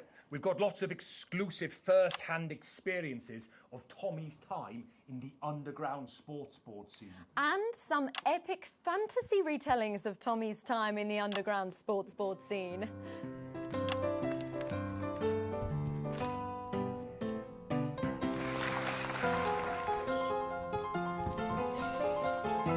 You'll never take the sacred pass! And am I right in saying this was officially commissioned by the government? Yeah, all paid for by the taxpayer, which, you know, to be honest, was actually a lifesaver, really. Yeah, I think it's fair to say that without Advance's support, we'd have had to cut the finale. Which, frankly, would have been a travesty. Oh, God, Jesus Christ! Goodness, and you do this every night? Absolutely. It's a metaphor. For what? Death. And the public are footing the bill, are they? Too bloody right they are. Between the cost of my tour bus and the dry cleaning of my ties, I'm barely scraping a profit here. Amazing. And where can the folks at home come and see this for themselves? We're performing all over the nation. And people can see it for absolutely free, all courtesy of Advance. Isn't that incredible, Jeremy? Yes, it's unbelievable, Megan. Well, thank you all so much for coming. Next time we see you, no doubt you'll have taken our jobs. Yeah. That's all we have time for tonight. Join us tomorrow when I'll be interviewing the world's most attractive horse. I'm Jeremy Donaldson. And I'm Megan Wolfe. And from all of us here, have a peaceful night. That's the ads. Let's get reset for tomorrow, please. Hey, we must stop bumping into each other like this, eh? Tired of dull and lifeless hair? Fed up of dry and brittle split ends? Then say hello to Acid Gastrique. Acid Gastrique. Provitamin formula is a deep, fortifying, intensive treatment that repairs and protects hair for irresistible shine. Only Acid.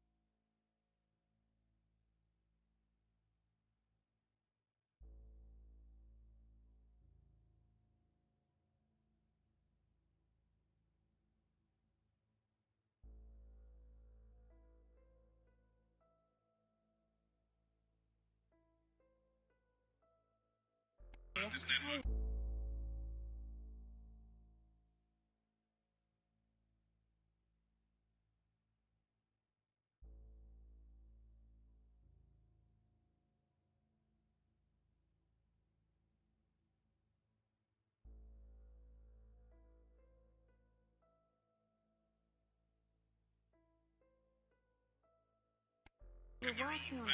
What, you've got someone to hose down the sun, have you? Yes, they've just strapped on their wax wings. Classical illusions are no substitute for air conditioning. You know, I genuinely thought you'd be in a better mood today. She's not even here. Yes, but he is. Our gun-toting handler. Who, Andy? I don't know what the fuck his name is, do I? He's here to keep us safe from people like Disrupt. More like keep us in line. I hate guns. Give me the willies. 10 seconds, everybody.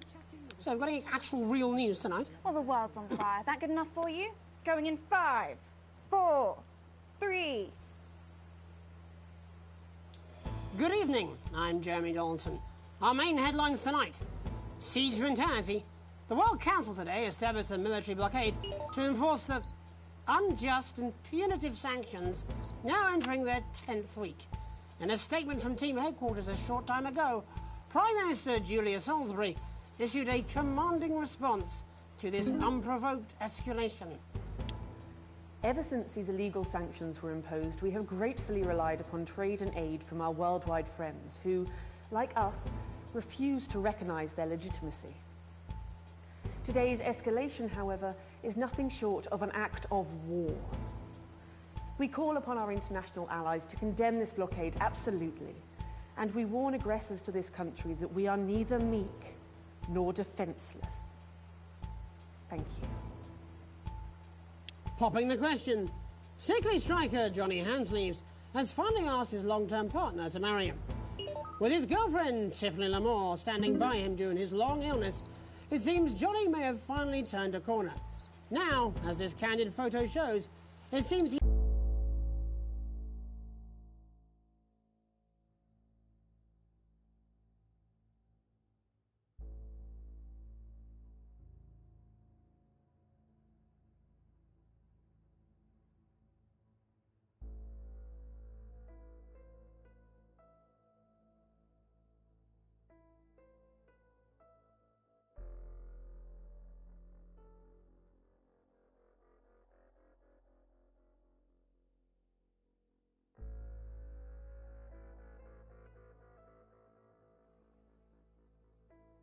He's well enough to propose to her from his sickbed.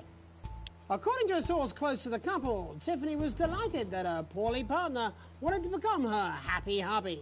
In a joint statement, the couple said they hope to break the record for celebrity marriages, which currently stands at 12 days.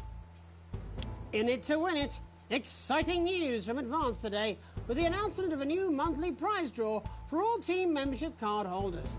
Every month, lucky winners from across the country will be picked at random to receive what Team HQ are describing as unique prizes.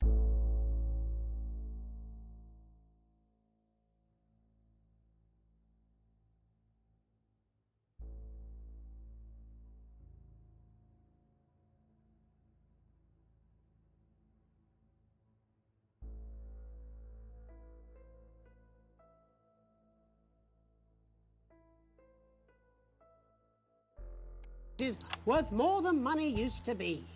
Take-up on the scheme has been much higher than expected, and if this lucky winner's delighted face is anything to go by, it looks like pretty soon everyone's going to have one. Kiss me, Flardy. The nation's favourite all-rounder, the humble Flard, has risen to new heights today after a surprise announcement.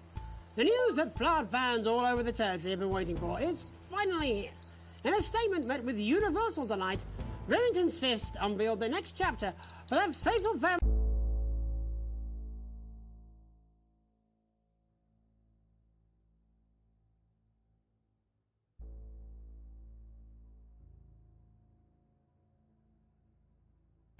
favourite, the Flard. Lawrence Blunderclatch and Helena Canterbury Boatshoe, rumoured to be mortal enemies, are to reunite to celebrate their one mutual love in Die Flard, the movie. Self-confessed Flardy, Sophia Remington, said, "It's only right that the real hero of our age takes centre stage in this no-holds-barred action thriller." Some men left behind. Escape craft construction has been hampered by problems as the beleaguered scientists stuck in Dante's taint have had to make the hard call of who won't be coming back due to their new vessel's limited capacity. Despite their promising start, it's fair to say that enthusiasm for the venture has waned. Trade tensions are rumoured to have led to plans being rushed and big problems that could have been avoided.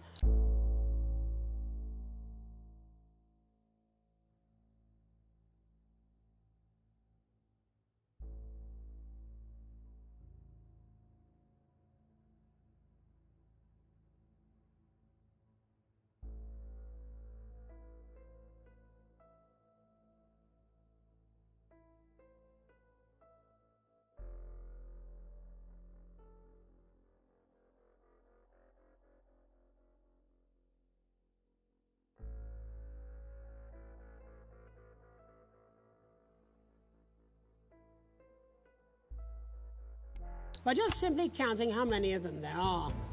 Deciding it would be wise to put their best foot forwards, the team have imposed a minimum IQ requirement for those that would like to make the journey home. The limit is said to be somewhere between the astrophysicists and the geologists. Life during wartime. As if we didn't have enough aggressors on our borders, internal problems are growing for the government as radical activist group Disrupt caused chaos in Parliament Park last night.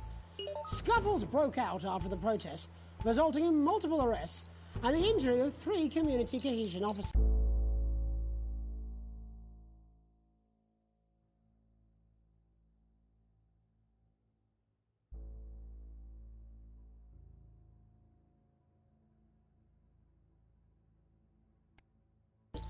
Advance have yet to comment. The reckless fire will certainly be remembered by all those who have seen these striking images. As their actions escalate, people across the country are asking themselves, who are Disrupt and what exactly do they want? Other than a new box of matches, of course.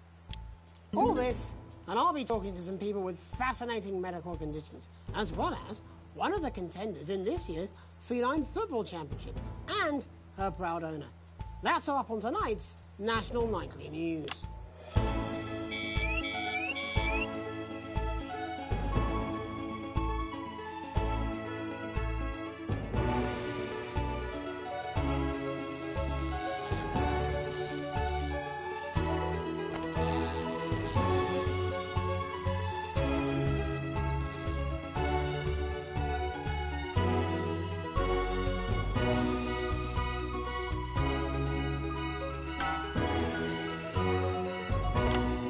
But first tonight, our team of correspondents has been dispatched to every corner of the country to see how the people of this great nation of ours are coping with this unprecedented hot weather. First, let's go to Megan Wolf in Shining-on-Sea to see what the scientific community has to say. Megan, how's the weather there? It's absolutely glorious, Jeremy. Thank you for asking. I'm here with Dr. Anna Burns of the University of Princeford. Are you enjoying the weather as much as I am? Oh, yes, it's wonderful, isn't it? My eyelids are sweating.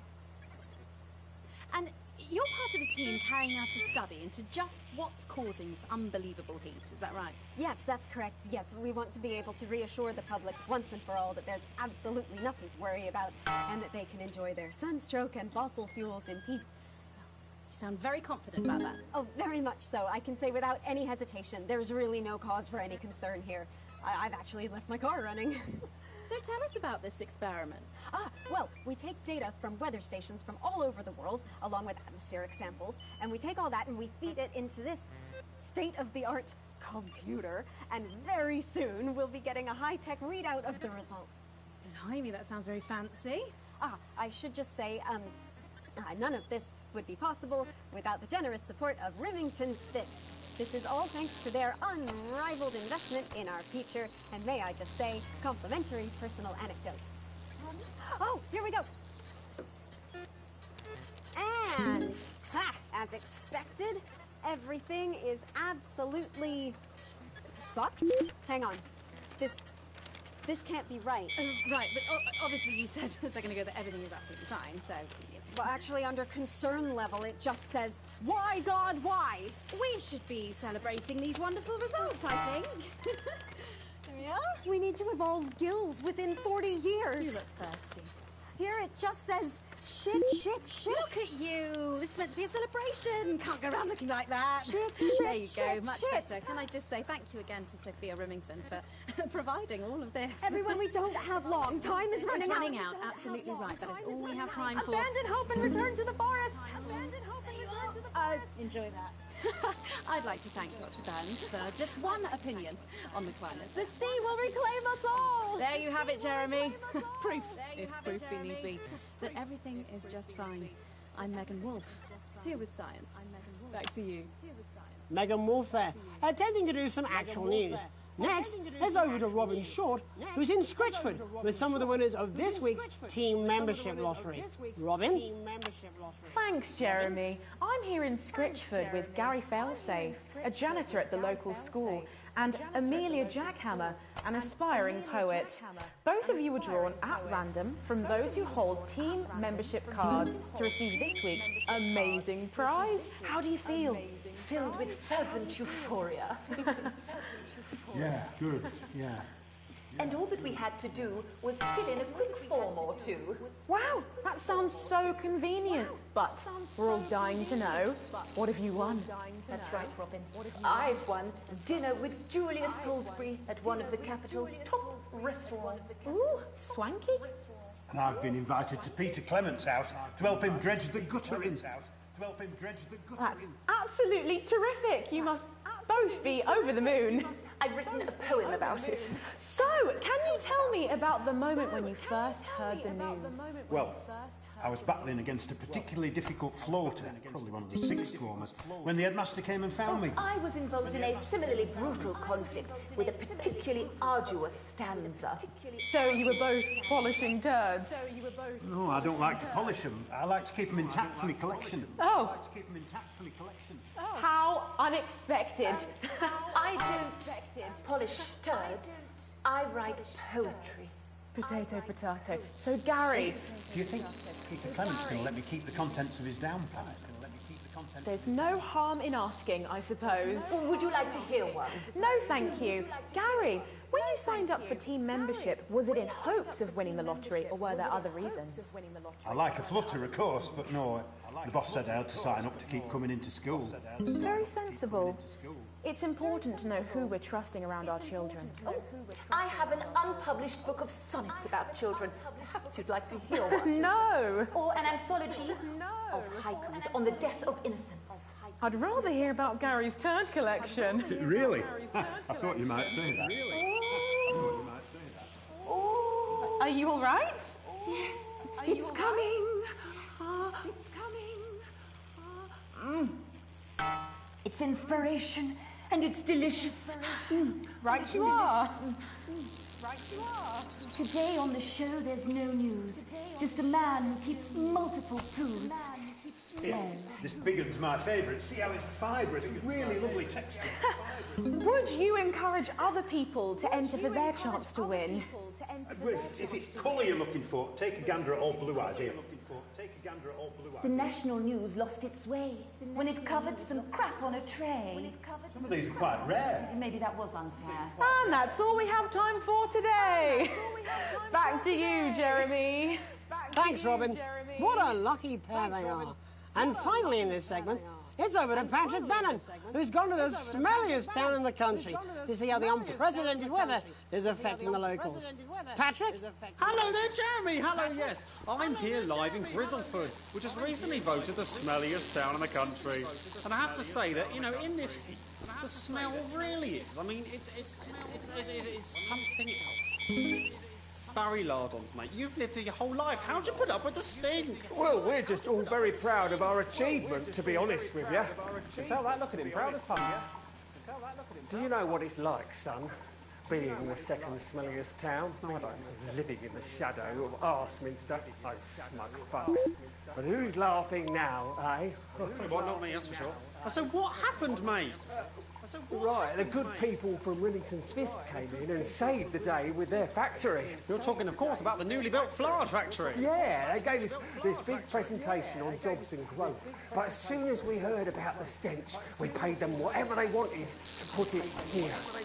Does the stink not affect your life in every way, Barry? I mean, perhaps if you're filling in a tax return or completing the physical act of love. It's strong at first, but you get used to it after several weeks of your first bout of sickness.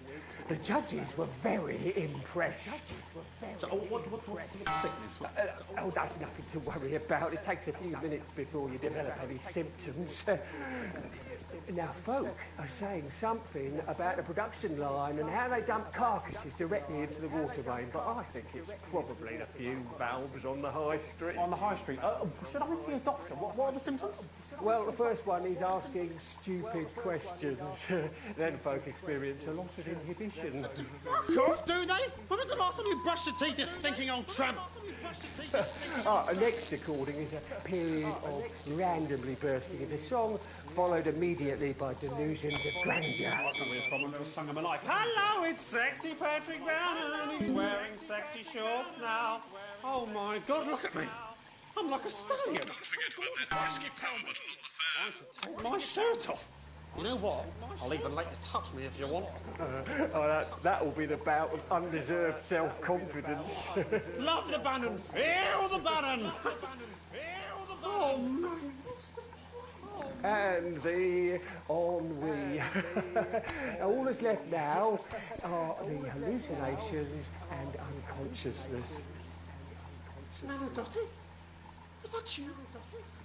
Why are you made out of elbows? You know I don't eat opinions. Oh, don't worry, folks. Once he wakes up, he'll be just fine. We'll just find a place to stick him where it won't matter how many times he evacuates his bowels. Right, that's all here from Grizzleford, a town that's really making a stink. I'm Barry Lardons. Back to you, Jeremy. Thanks, Barry.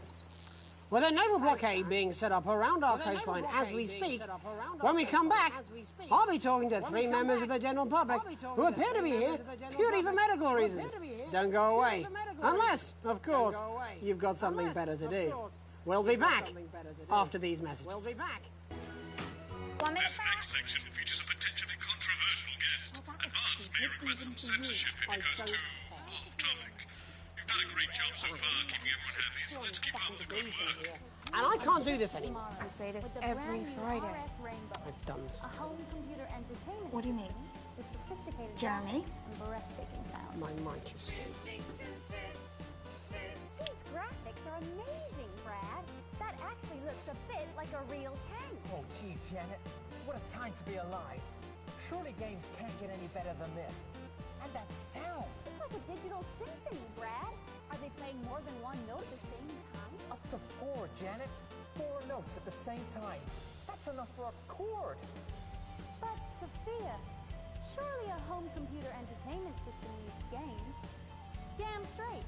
And with the RS Rainbow, there's an incredible 3 of them. That's what I'm talking about?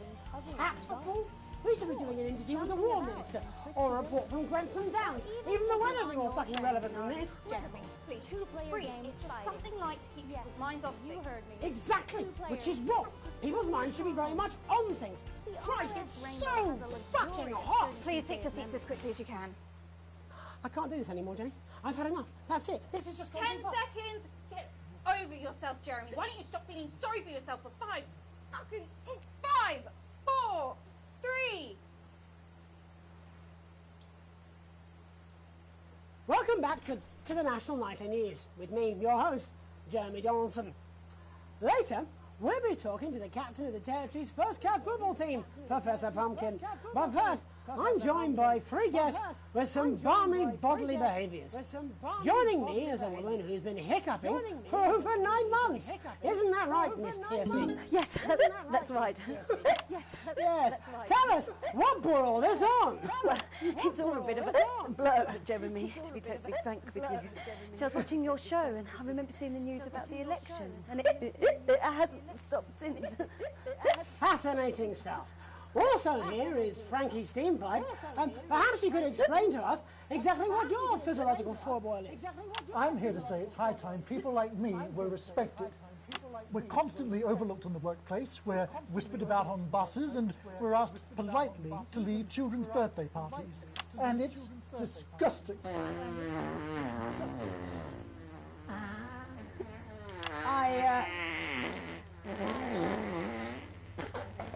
I'm sorry, my bowels have comic timing. And finally, I'm joined by a man who answers every question honestly, even when it isn't aimed at him. How do you cope with that, Mr. Truman? With a combination of booze, self-hatred, and hardcore self-hatred. Is that not according to my therapist? Well, in that case, let's speak to Rose. Tell me, how does the hiccuping impact you? I get shushed a lot, which is hard. I get shushed a lot. Work they've asked me to stop answering the phones. It's really stopped my confidence. Well, I find it really fucking irritating. People tend to believe your story? Fuck no. Actually, I've been surprised at how much support I've received. And Frankie, why have you come here today? Because my wife left me, and I was hoping that fame would win her back. We've started a group for people with ailments deemed broadly comical by society. It's called Take Us Seriously. That's right. And we bloody well mean it. And who's joined so far? A bunch of fucking losers. It's just us so far. And how much success have you had? Well, we've seen some real positive changes. I don't want to toot my own horn, but it's been a runaway success. Shit all. Not a single person come to our fun run, and all of our leaflets fell in the canal. Well, Miss Piercy, some people are saying your condition was actually caused by the shocking events of that night. What do you think? Come down, Mr. Donaldson. That's absolute rubbish. What it'd be like to have a pair of tits. Could you? I'm sorry, it's very hard. What was I thinking? That you're a team fuck puppet? No. Or a sellout cunt? Apologies. Just a reminder that he can't help it. And hey, if this isn't live television, then what is it? Fuckfest of propaganda masquerading as journalism. Right, Frankie, Rose, tell us, how can the viewers get involved with your cause? Yes, we're holding a sponsored run in Capital Park next weekend. It's called the No Smiles 13 Miles. No, it's called the No Laugh Half. What did I say before the show? It was the team pulling Jeremy Donaldson's strings. No! I didn't say wow, we may have to end that now, unfortunately. What a harmless bit of fun. Steady on! This is exactly what I'm talking about. We demand respect. Yes, well, later, I'll be talking to Professor Pumpkin. And Ginger Tabby with a world-class pair of penalty balls. Is that really necessary? No, it isn't. Let go. Not you. Unhand him at once. Enough! That's enough! Enough! What are you doing? Try not to piss myself. Alex, don't you dare! Don't you fucking dare cut to the ads before I tell you to. You in the broadcast centre, both with little scapegoat. You listen to me. You cut to the ads before I tell you to, and I will kill every single person in this studio.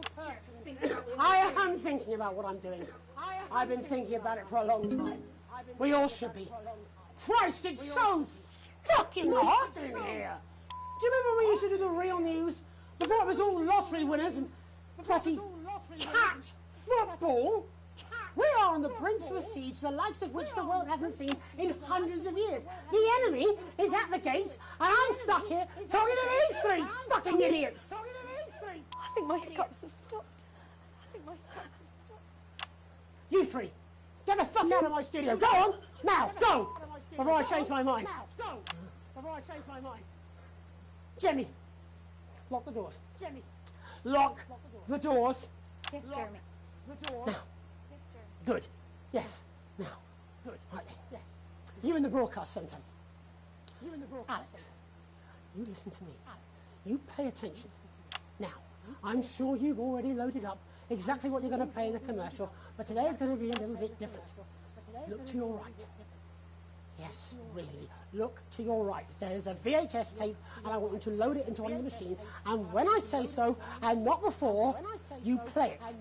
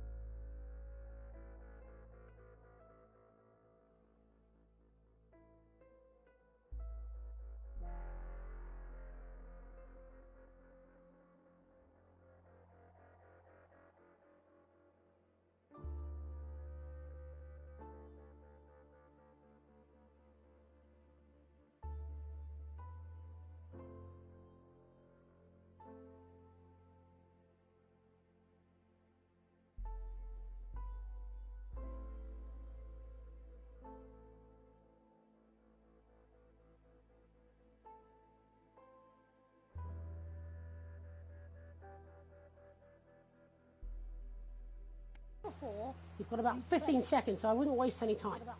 Now, all cameras. I assume you won't be playing that tape. This station does not negotiate with terrorists. I hope I've made myself clear. You seem to know what to do. Every single thing that comes out of this studio is either one-sided or banal. We're going to show the other side for a bit of fucking balance. Like the good old days. Alex, play the fucking tape. I don't want to hurt anyone. If I see anything I don't like, I will not hesitate to start. You're going to get me in trouble with that. Let's hope you made the right call. Reset the system for the third segment. Seen our symbols I on imagine the the news. ratings are going to be through the roof. You've heard them talk about us on the news. We are Disrupt. We are the Resistance. It's time you knew the truth. You know Advance are lying to you. You know the elderly are not a burden. You know the rich were not all evil. And you know the team membership card is an ID card, no matter what they try to tell you. But why should you trust us? Another faceless organization. A shadowy figure with a distorted voice. You've seen it so many times in the movies. Well, this is not a movie. My name is Alan James. I used to try and shock people for a living, for entertainment. But now we live in a time where perhaps you need to be shocked. Perhaps we need to wake up. Advance are coming for our freedoms.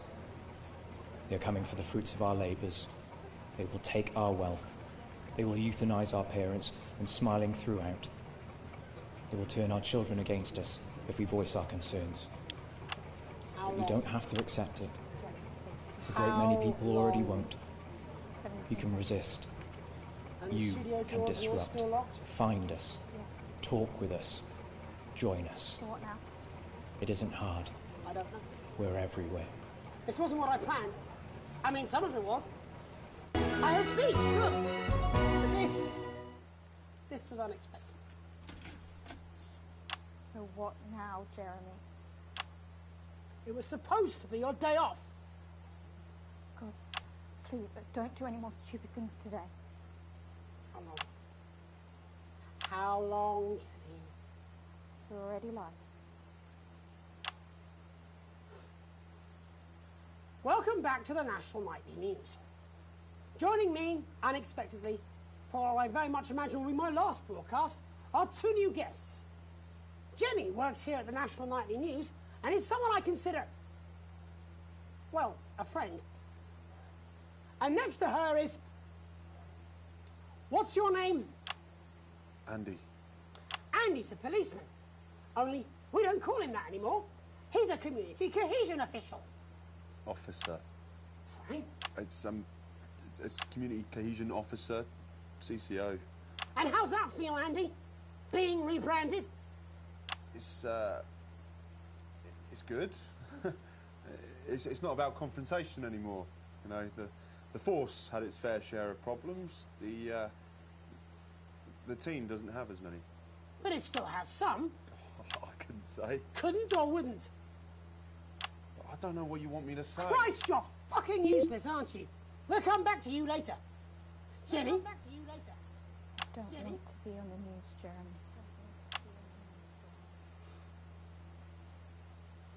That's perfectly understandable. We'd want to do this. Jenny, why did you join the National Nightly News team? I always wanted to work in news. Yes, but why specifically this program? The National Nightly News. It was the news everyone trusted. Was? Is. Do you really want to quibble semantics at gunpoint? Is there something else you'd rather discuss? Is there something else There's a great big Alan James-sized elephant in the room you seem to be ignoring. What do you mean? I saw your face when that hood came down. You didn't know, did you? It's about the message, not the messenger. Like I said, you didn't know. No. I didn't know. The people I met were with... He wasn't there. I didn't know it was Alan James. I'm sorry. But seriously. Alan fucking James. You're flushing your life down the toilet for... God, I love you, Jeremy, but... He's a good speaker. He's popular in the country.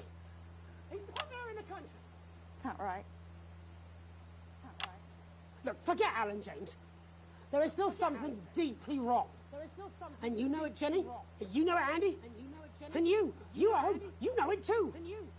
Meanwhile, I'm interviewing a guest who stinks of shit. Patrick is paddling about in shit. And Robin is literally interviewing someone who collects the fucking stuff. I mean, it's not sophisticated, Paul. What a metaphor. We are sleepwalking our way into oppression, and the news isn't saying anything. We're not saying anything. Says who? Alan fucking James. What are all those scientists working on at Grentham Downs? What are they testing underground at Altergrave? Andy, your turn. Make yourself fucking useful. How many people have you brought in for consultations just because they weren't carrying or didn't have team membership cards? Oh, well, there's other forms of identification that we will accept. For how long? We're just here to help. Then why do you need these? Not really help when it's offered at gunpoint, is it, Andy?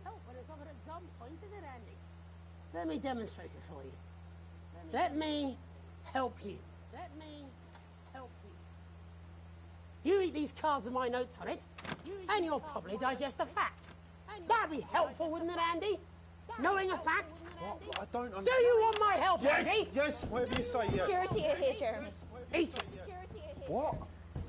Eat the fucking news, Andy, or I'll force it down your fucking throat. Jeremy, stop. Go on. Really? Eat it. Eat it, you fucking bully. Jeremy, stop. They will kill you. Please, don't make me watch that. Don't make me watch that. Of course. You're right. Sorry. Sorry, everyone. You can put the card down now, Andy. You can go now. You too, Jenny. Fuck off over there. We're nearly done. All cameras on me.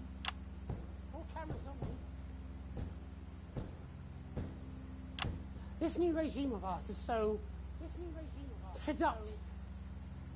I understand that. But before we all hand off our freedoms, should we ask to whom we're handing them over? Don't you want to know what's being done in your name? How many people were transitioned last month? A record high. Again, if you care. Shouldn't someone ask Advance how they plan to deal with this blockade? How many years or months of supplies we have? Why aren't we asking these questions instead of, whose shit is this? There's a cat backstage dressed as a fucking goalie, for Christ's sake. He's even got the little gloves. Anyway, that's why I arranged for you to see that broadcast from the last break. I didn't know it was going to be him. But I guess that just about sums it up. We are all up Ship Creek with a paddle made of Alan fucking James. Christ is also fucking pointless. I was going to quit tonight. Take a holiday. Try something else. Out of the limelight. Maybe try having a relationship. I hear they're nice. Never tried. I loved them. And now, well... God, Jeremy, don't! I've tried my best to be honest.